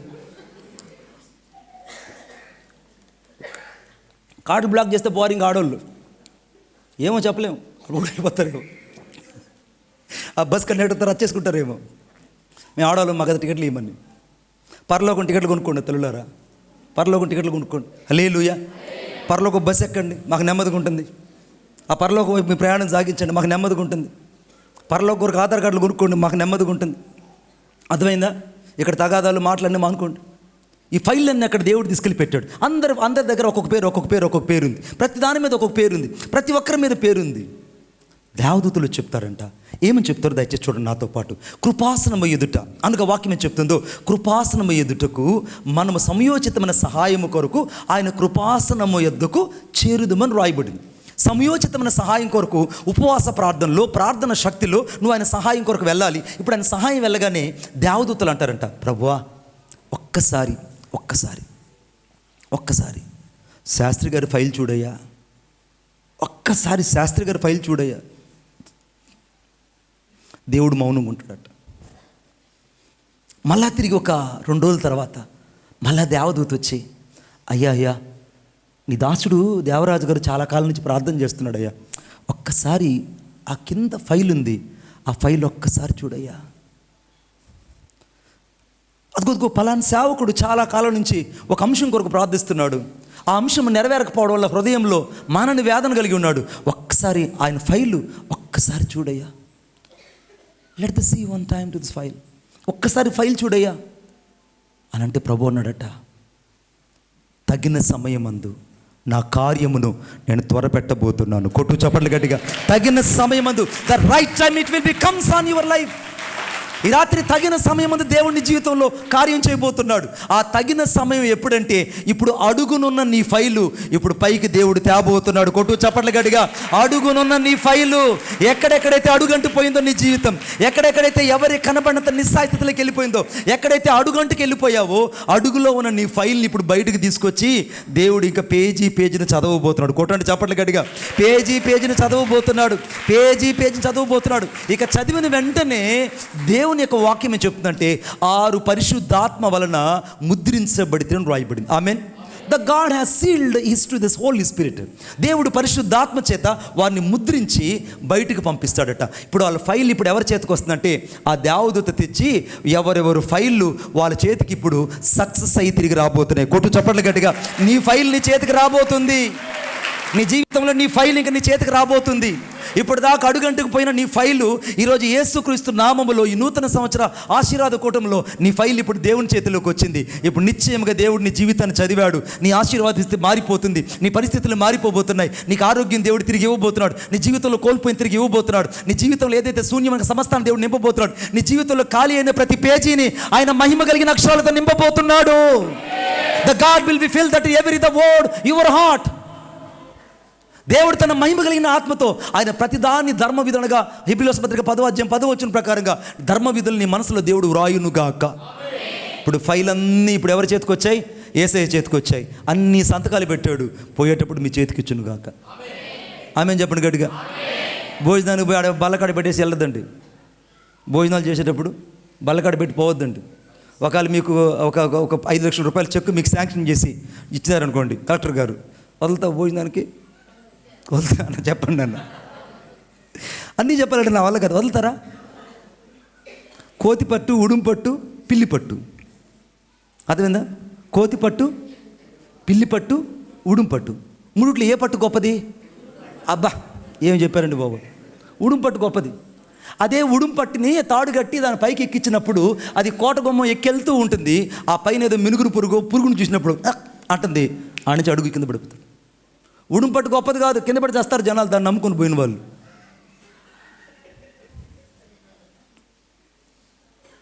నవరే ఊరు పోతున్నారు వాళ్ళకి.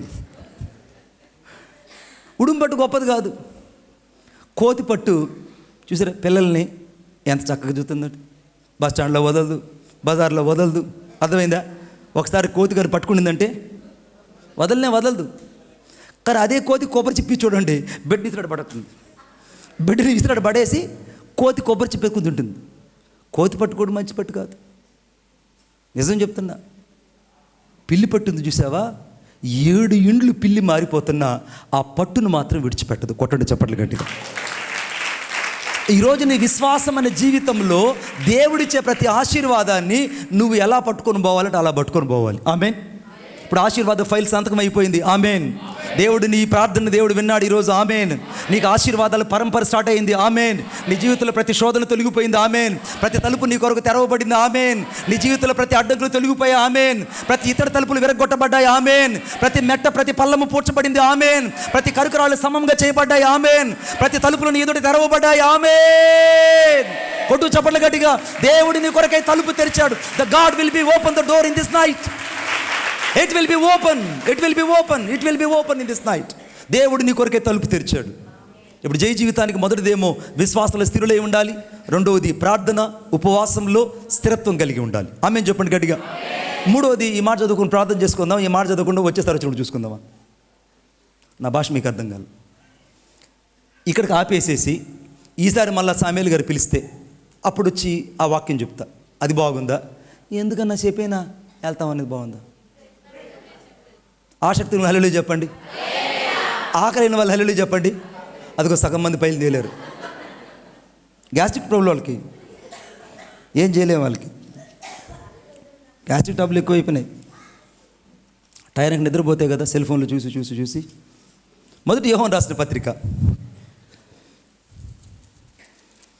మొదటి యోహాను రాసినటువంటి పత్రిక 2వ అధ్యాయము 24వ వచనం. 24వ వచనం. అయితే మీరు మొదట నుండి దేనిని విన్నారో అది మీలో నిలవనీయుడి. మీరు మొదట నుండి వినినది మీలో నిలిచిన ఎడల మీరు కూడా కుమారుని యందును తండ్రి యందును నివసింతురు. ఆమె నిలుతురు. You will be stand with Lord and son. ఇక్కడ ఏమని రాయబడిందంటే 24వ వచనంలో అయితే మీరు మొదట నుండి దేనిని విన్నారో అని రాయబడింది. అసలు మొదటి నుంచి మనం ఏం విన్నాము? మొదటి నుంచి ఏం విన్నామనంటే మీకు అర్థం కాదు. ఏదో విన్నామంటారు. కానీ వాక్యం మొదటి నుంచి ఏం విన్నామని అపోస్తున్నటువంటి యోహాను చెప్తున్నాడు. అక్కడ మా యోహాను కాదులేండి, అక్కడ యోహాను భక్తుడు. ఈయన ప్రమోషన్ పాస్టర్ గారు, ఈయన శ్యామ్ గారు లేదు ప్రమోషన్ పాస్టర్ వీళ్ళు. ఇప్పుడు ఏం జరిగిందంటే మొదటి యోహాను రాసినటువంటి పత్రికలో అనగా 1వ అధ్యాయం 1వ వచనంలో జీవవాక్యమును గూర్చినది. మేము ఏది విన్నామో అది చెప్తున్నారు వాళ్ళు. జీవవాక్యమును గూర్చినది ఆది నుండి ఏది ఉండెనో, మేము ఏది వింటిమో, ఏది కనులారా చూచితమో, ఏది నిదానించి కనుగొంటిమో, మా చేతులు దేనిని తాకు చూచెనో అది మీకు తెలియచేయుచున్నాము. ఆమేన్ చెప్పండి గట్టిగా. ఇప్పుడు వాళ్ళు ఏం విన్నారంట? జీవవాక్యము గురించి విన్నారు. నాతో పాటు నోటితో చెప్పండి. జీవవాక్యము. ఇంకా గట్టిగా జీవవాక్యము. The living word. జీవవాక్యం. ఈ జీవవాక్యము గురించి ఒక మాట చెప్తా. జీవవాక్యం అంటే ఏంటంటే జీవము ప్లస్ వాక్యము. జీవం అంటే ఇట్స్ ఎ లైఫ్ జీవితం లేదా ఊపిరి, ప్రాణం మనలో నిమిత్తమై ఉంటుంది. ఆత్మ, శరీరము, ప్రాణము ఏ రీతికైతే మిళితమై ఉన్నాయో ఆ రీతిగా జీవం మనలో మిళితమై ఉంటుంది. హల్లెలూయా. ఉన్నట్టు కొన్ని టకామ పడిపోయాను అనుకోండి, నేను కింద పడిపోయాను అనుకోండి, నన్ను ఏమంటారు అందరూ? ఏమంటారు? మణిబాబు గారు పడిపోయారు అంటారు. అదే కొంచెం గంట తర్వాత ప్రాణం పోయింది అనుకోండి, అప్పుడు ఏమంటారు? చనిపోయాడు అంటారు. ఇంకా రేపు తర్వాత ఏమంటారండి? శవం దగ్గరికి వెళ్ళి వస్తున్నాం అంటారు. అర్థమవుతుందని చెప్పేది?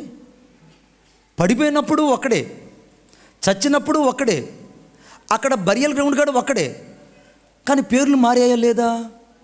It will be change the word. ఆమేన్. కానీ బ్రతుకున్నప్పుడు నా పేరు ఎవ్వరు కూడా మార్చలేరు. ఆమె చెప్పండి గట్టిగా. నన్ను ఎవరు కూడా శవం అని పిలవలేరు, బాడీ అని పిలవరు, డెడ్ బాడీ అని పిలవరు, పార్థివ దేహం. కొంతమంది ఈ మధ్య రిప్ అని పెడతారు. వీడేమో పెద్ద టిప్పు పెట్టినట్టు రిప్. అరే నిజమైన సేవకుడికి ఎప్పుడు రిప్ అనే పదానికి అర్థం వస్తుందంటే rest in peace in to the heaven. కొట్టు చప్పట్లు గట్టిగా. The rest in peace in to the heaven. నిజమైన సేవకులు ఎక్కడ విశ్రాంతి కొరకు ఎదురు చూస్తున్నారంటే పరలోకము కొరకు ఎదురు చూస్తున్నారు. పరలోకంలో విశ్రాంతి కొరకు ఎదురు చూస్తున్నారు. అర్థమైందా? భూలోకంలో విశ్రాంతి తీసుకుని ఏం లాభం చెప్పండి. ఇప్పుడు ఏమైనా జీవవాక్యం గురించి చెప్తుంది. ఆ జీవవాక్యం గురించి వారు ఏ ఆది యందు ఏది ఉండెను నేను చెప్తున్నాను చూడండి. నాతో పాటు ఒకసారి ట్రాన్స్లేట్ చేస్తాను చూడండి. జీవవాక్యం అనగా యేసును గూర్చి ఆది నుండి ఏది ఉండెను, మేము ఏది జీవవాక్యమైనటువంటి యేసును గూర్చి వింటిమో, కనులారా ఏది మేము జీవవాక్యమైన యేసును చూచితమో, ఏది నిదానించి జీవవాక్యమైన యేసును కనుగొంటిమో, మా చేతులు దేనిని తాకి చూడ్డానికి యేసు ప్రభు యొక్క జీవవాక్యమును గూర్చినది మాకిప్పుడు ప్రత్యక్షమైంది అన్నాడు. కొట్టండి చప్పట్లు గట్టిగా. మాకిప్పుడు జీవము ప్రత్యక్షమైనను. ఇప్పుడు జీవము నీకు ప్రత్యక్షమైంది. ఆ జీవమే యేసుక్రీస్తు ప్రభు. ఆమేన్ చెప్పండి గట్టిగా.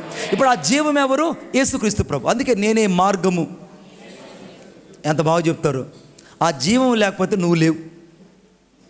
జీవం లేకపోతే నువ్వు లేవు, నేను లేను. ఇప్పుడు ఆ జీవం ఎవరంటే నీవు నేను. ఇప్పుడు ఆ జీవ వాక్యం ఏం చేస్తుందంటే మనలో నివసిస్తుంది. ఆమేన్ చెప్పండి గట్టిగా.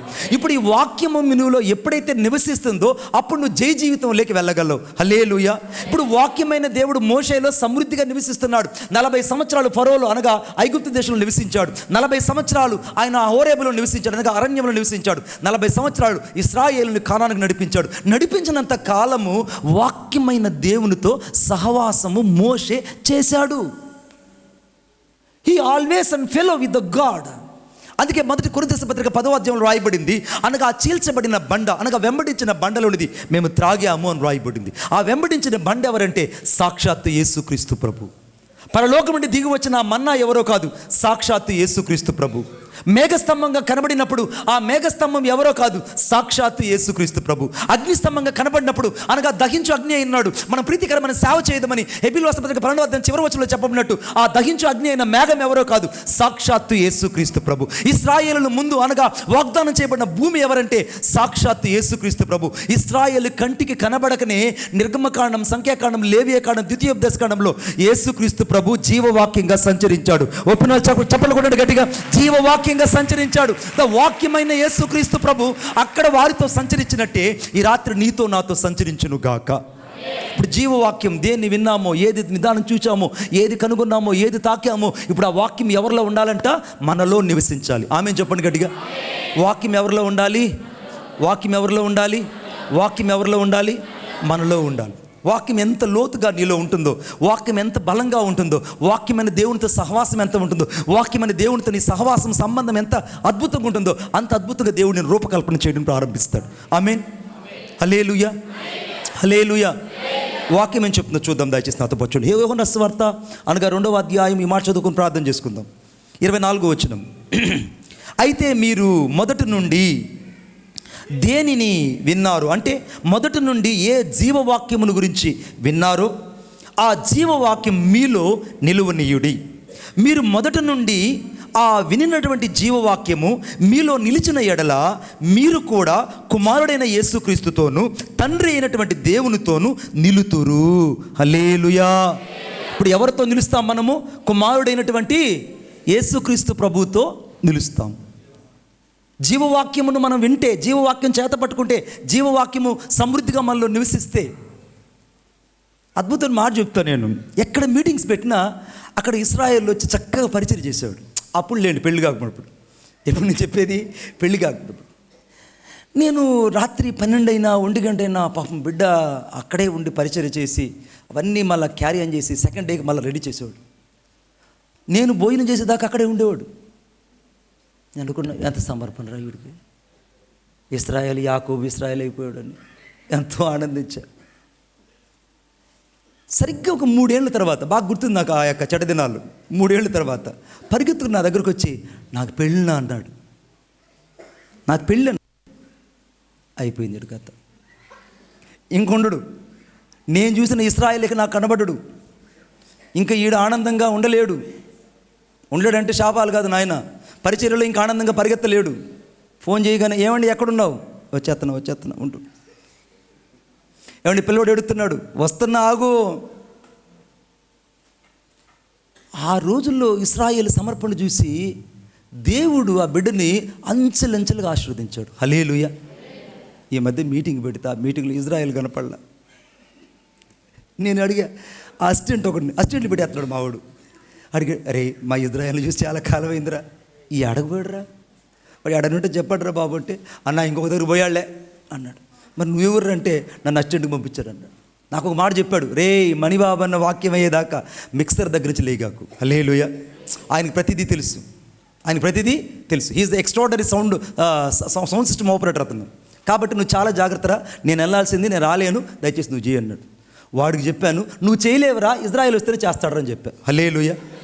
వాడికి చెప్పాను నేను ఆ మాట, నువ్వు చేయలేవు. మా తమ్ముడు అన్నాడు, తమ్ముడు అన్న నాకు తెలియదు, మొత్తానికి మీ అన్నకు పోయి చెప్పు, నువ్వు ఇజ్రాయేల్ లాగా నువ్వు చేయలేవు. వాడు చేయలే ఆ రోజు.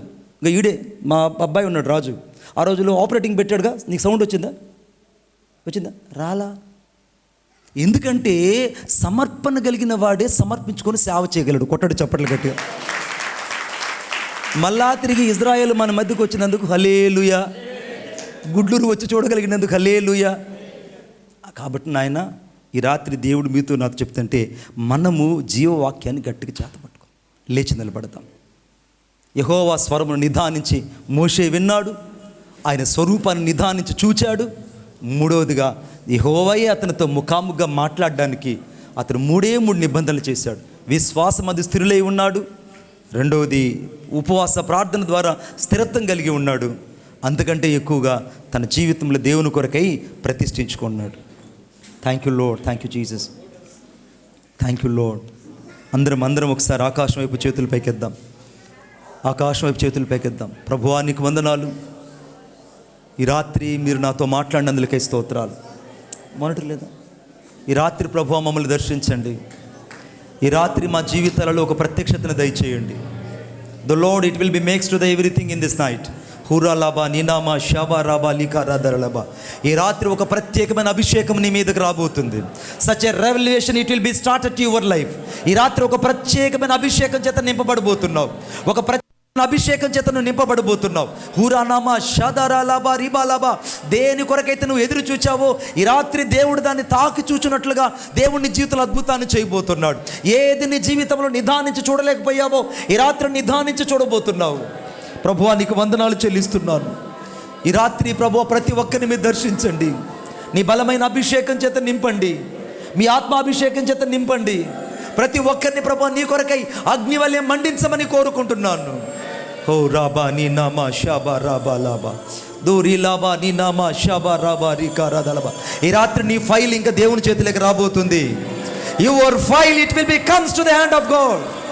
ఈ రాత్రి దేవుడు నీ ఫైల్ని ఈరోజు సంతకం పెట్టి పంపించబోతున్నాడు. అట్టడుగు పడిపోయిన నీ ఫైల్ తిరిగి రాబోతుంది. నీ జీవితంలో కోల్పోయిందంతా తిరిగి నువ్వు సంపాదించుకోబోతున్నావు.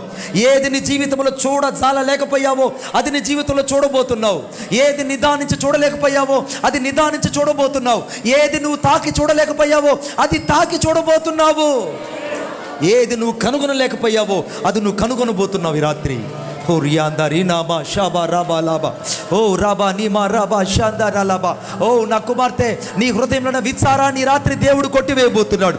నీ హృదయంలోని విచారాన్ని దేవుడు కొట్టివేయబోతున్నాడు. రుయాందా రీనామా షాబా రాబా లాబా రాబా. ఎరుగో 2వ రాజుల గ్రంథం 20వ అధ్యాయం 5వ వచనం ప్రకారముగా నువ్వు కన్నీళ్లు విడిచి నిన్ను చూచి తిని నీ ప్రార్థనని అంగీకరించినాను, నేను నిన్ను బాగు చేసేదను. ఈ రాత్రి దేవుడు నిన్ను బాగు చేయబోతున్నాడు బిడ్డ.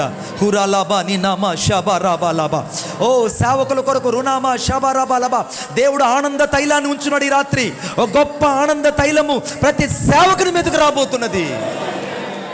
ప్రతి సేవకుని మీదకు ఆనంద తైలము రాబోతుంది. హురా లాబా నీ నామా షాబా రాబా లాబా. ఓ రియాందా రీనామా షాబా రాబా లికా రా లాబా. ఓ ఓ రబా నమా షబా బాబా రకరదరలబా. ఈ రాత్రి ఒక బలమైన అభిషేకము ప్రతి ఒక్కరి మీదకి దిగి రాబోతున్నది. యెహోవా స్వరము వినే అభిషేకము, యెహోవా స్వరం వినే అభిషేకము ప్రతి ఒక్కరి మీదకి రాబోతున్నది. ఓ లియాందరి నామా షబా రాబా. ప్రవచించే అభిషేకం ఇప్పుడు రాబోతున్నది. The prophecy it will be comes upon you. The prophecy it will be comes upon you. Fire fire fire fire fire fire. ఓ లాబా రాబా షబా రాబా లాబా. ఓ రిబా నామా షందరా లాబా రాబా. దేవుని యొక్క అగ్ని ప్రతి హృదయాన్ని తాకబోతుంది. దేవుని మనసు ప్రతి ఒక్కరిని కదిలించబోతుంది. అదుగో అదుగో అదుగో అదుగో దేవుని దేవదూత ఇక్కడ సంచరిస్తుంది. దేవుని దేవదూత ఇక్కడ సంచరిస్తుంది. కూరాలాబా నీ నామా షాబా రాబా. ఈరోజు నీ విశ్వాసాన్ని దేవుడు స్థిరపరచబోతున్నాడు. నీ జీవితాన్ని దేవుడు స్థిరపరచబోతున్నాడు. మోడు బలన నీ జీవితాన్ని దేవుడు చిగురించి చేయబోతున్నాడు. మోడు బలన జీవితాన్ని దేవుడు చిగురింప చేయబోతున్నాడు. కూరాలాబా నీ నామా షాబా రాబా లాబా. మోడు బలన నీ జీవితాన్ని దేవుడు చిగురింప చేయబోతున్నాడు. బాబా. దేవుడు నీ సరిహద్దులు విశాలపరచబోతున్నాడు. ఓ థ్యాంక్ యూ జీసస్. ఓ రీ బాబా బారా షాందాకారా లా బాబా. మలాకి గ్రంథం 4వ అధ్యాయం 2వ వచనం ప్రకారంగా నా నామమందు భయభక్తులు కలిగిన వారు మీకు నీతి సూర్యుడు ఉదయించబోతున్నాడు. నీతి సూర్యుడు ఉదయించబోతున్నాడు.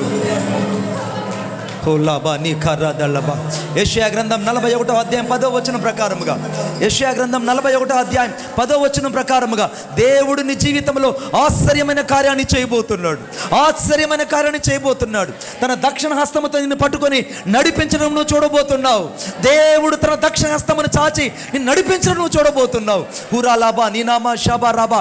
నా కుమారుడా నీ చెయ్యి యేసయ్య పట్టుకోబోతున్నాడు. నా కుమార్తె దేవుడిని చెయ్యి పట్టుకోబోతున్నాడు. నా కుమార్తె ఈరోజు నీ పిల్లల చేయి దేవుడు పట్టుకోబోతున్నాడు. నా కుమార్తె దేవుడు నీ కుడి చేతిని పట్టుకొని నీకు సహాయం చేసేదని చెప్పుచు ఆయన నిన్ను పట్టుకోబోతున్నాడు.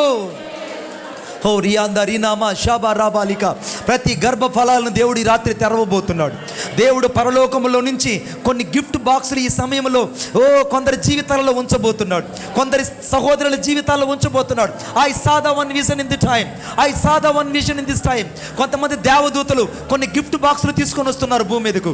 కొంతమంది దేవదూతలు కొన్ని గిఫ్ట్ బాక్సులు తీసుకొస్తున్నారు. ఆ గిఫ్ట్ బాక్సులలో వారి కొరకై నియమించబడిన కుమారులు కుమార్తెలు అందులో ఉన్నారు. హురా లాబా రాబా రికాదబా. ఆ గిఫ్ట్ బాక్స్ నీ కుటుంబంలో దేవుడు ఉంచబోతున్నాడు. ఆ గిఫ్ట్ బాక్స్ ను దేవుడు నీ గర్భంలో ఉంచబోతున్నాడు. ఆ గిఫ్ట్ బాక్స్ ను దేవుడు నీ గర్భంలో ఉంచబోతున్నాడు. దేవుడు సేవకుల యొక్క దర్శనాన్ని ఈ సంవత్సరం దేవుడు స్థిరపరచబోతున్నాడు. ఓ దర్శనం కలిగి సేవ చేస్తున్న ప్రతి దైవజనుని దేవుడు దర్శించబోతున్నాడు. దర్శనం కలిగిన సేవ చేస్తున్న ప్రతి దైవజనుని మీదకు బలమైన అగ్ని, బలమైన అభిషేకం దిగి రాబోతుంది. It will be comes to the revelation of the fire. It comes to their ministry.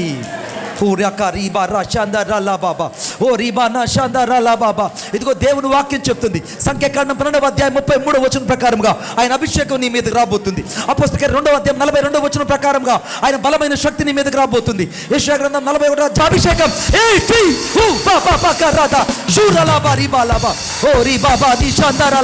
Fire fire fire fire fire. ఓ రాబా రికారా తేకెరే షెబెరే బెలుకో ఉరాలాబా రిబా రకరాదలబా. భయపడకము, భయపడకము, నీకు నేను సహాయం చేస్తుందని చెప్పుచు నీ కుడి చేతిని పట్టుకోబోతున్నాడు. దురాలాక రిబా నమా షబా రబా లబా. నువ్వు బలహీనుడు నాకు తెలుసు. నా బలాన్ని నీ ఎందుకు చూపించబోతున్నాడు. నా బలమును నీ ఎందుకు చూపించబోతున్నాను.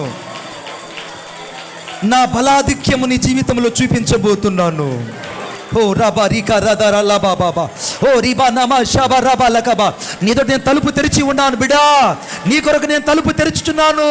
యేసు ఈ సమయంలో కొందరి జీవితాల తలుపులు తెరవబోతున్నాడు. తలుపులు తెరవబోతున్నాడు. The God will be open the door. ఓ రబా నీ అందర హెషే బెలే కోరో లోబో.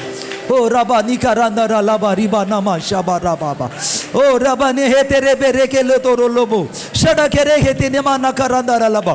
ఈ రాత్రి దేవుడు ఓ అద్భుతమైనటువంటి అభిషేకపు తైలాన్ని నీ పిల్లల మీద దేవుడు ఉంచబోతున్నాడు. అభిషేకపు తైలాన్ని ఈ సంఘం మీద ఉంచబోతున్నాడు. అభిషేకపు తైలాన్ని సేవకుని మీద ఉంచబోతున్నాడు. అభిషేకపు తైలాన్ని సేవకుల మీద ఉంచబోతున్నాడు. అభిషేకపు తైలాన్ని ప్రత్యేకంగా ఈ ప్రాంతం మీద దేవుడు ఉంచబోతున్నాడు. Thank you Jesus. ప్రభువా నీకు వందనాలు స్తోత్రాలు చెల్లిస్తున్నాను. ఈ రాత్రి మోషే యెహోవా స్వరము విననని రాయబడింది. రెండవది మోషే యెహోవా స్వరూపమును నిదానించి చూచిదని రాయబడింది. మూడవదిగా మోషేతో యెహోవా ముఖాముఖిగా మాట్లాడుచూ ఉంటుందని రాయబడింది. అయ్యా, నీ స్వరూపాన్ని నిదానించి చూచే జీవితము ఈ రాత్రి నాకు దయచేయి. నీ స్వరమును వినే జీవితం నాకు దయచేయి.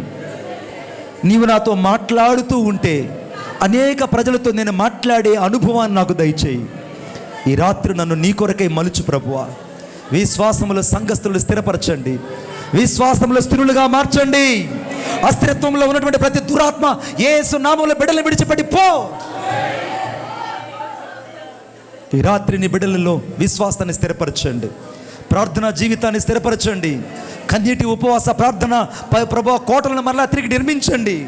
వారి కోటలో తిరిగి ప్రవేశించినట్లుగా నీ అభిషేకపు తైలాన్ని రెట్టింపు చేయండి. హో రాబా నీ నా కరాదలబా. ఆ జీవవాక్యం ప్రతి ఒక్కరిలో సమృద్ధిగా నివసించనియండి. జీవవాక్యమని యేసుక్రీస్తు ప్రభు ప్రతి అంతరంగంలో నివసించినట్లు ఈ రాత్రి బలమైనటువంటి అగ్ని దిగి వచ్చును గాక. జీవవాక్యము ఈ సమయంలో ప్రతి ఒక్కరి హృదయంలో స్థిరపరచబడును గాక. వారు తండ్రితోనూ కుమారుతోనూ నిలబడుదురు గాక. ఈ రాత్రి విశేషమైన మీ సన్నిధి మా మధ్య ఉంచబడినందులకే వందనాలు చెల్లిస్తూ నజరేయుడైన యేసయ్య శక్తి కలిగిన నామంలో ప్రార్థన చేసి వేడుకొనుచున్నాము తండ్రి, ఆమేన్. చప్పట్లు కొట్టి యేసయ్యను మహిమపరుద్దాం. Thank you Jesus, thank you Lord. మాకు కాదు యెహోవా, మాకు కాదు, మీకే మహిమ ఘనత ప్రభావములు ఆరోపిస్తున్నాం. తండ్రి అయిన దేవుని గట్టిగా చప్పట్లు కొట్టి మహిమపరుద్దాం.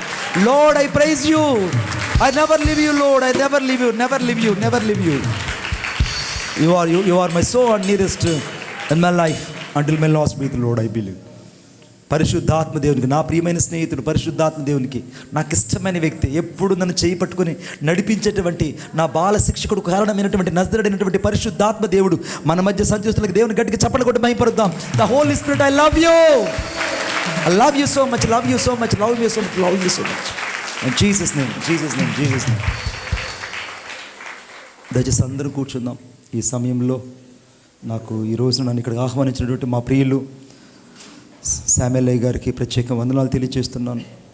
అయ్యగారు ప్రత్యేక వందనాలు, అమ్మగారికి ప్రత్యేక వందనాలు, సేవకులందరికీ ప్రత్యేక వందనాలు తెలియజేస్తున్నాను. మీ సెల్ ఫోన్లో ఒకసారి ఓపెన్ చేసి పి మణిబాబు అని టైప్ చేయండి, పి మణిబాబు అని టైప్ చేయండి, సబ్స్క్రైబ్ చేయండి. దేవుని వాక్యం మీ ఎద్దకు వస్తుంది. ఈరోజు ఏదైతే ఇక్కడ రికార్డెడ్ అయ్యిందో అది రేపటి రోజున డిస్ప్లే అవుతుంది. కాబట్టి దయచేసి మీ యొక్క సెల్ ఫోన్లో, మళ్ళీ చెప్తున్నా, సబ్స్క్రైబ్ చేస్తే డబ్బులు వస్తాయా? డబ్బులు దేవుని వాక్యానికి రావు. హల్లెలూయా. మళ్ళీ చెప్తున్నా, ఇటువంటి దైవికమైన కార్యక్రమాలకి డబ్బులు పంపరు. చింపురు జుట్టులకి వాళ్ళకి పంపిస్తారు, మళ్ళీ డబ్బులు పంపించరు. అదేవిధంగా ఈకిలి పకిలు కొట్టే వాళ్ళకి పంపిస్తారు. డివోషనల్ కార్యక్రమాలకి ఎవరికి డబ్బులు ఇవ్వరు. హల్లెలూయా. సెల్ ఫోన్లు ఉన్నాయిగా, ఒకసారి ఓపెన్ చేసి పి మణిబాబు అని టైప్ చేసి సబ్స్క్రైబ్ చేయండి. దేవుని వాక్యం మీ ఎద్దుకు వస్తుంది. హల్లెలూయా. వెళ్ళిపోతున్నారు ఏదైనా వెళ్ళిపోతున్నారు. Good. Hallelujah. Thank you Jesus. ఈ సమయాన్ని నేను అయ్యగారికి అప్పగిస్తున్నా. దేవుని వర్తమానం అందించిన దైవజనులకి పరిపూర్ణమైన వందనాలు. అయ్యగారు రచించిన పాట ఒకటి కీర్తన పాడుతూ ఉన్నది. మనము కానుకలు, ప్రభుకి కానుకలు సమర్పిస్తామని మనం చేస్తున్నాం. కీర్తన కానుకలు పట్టుకున్నాం. పై భాగంలో ఉన్న వారి దగ్గరికి ఒకరు వెళ్ళండి, పైకి కానుకలు పట్టుకుందాము. మరి మీ మధ్యలో కానుకలు పడుతుండగా మరి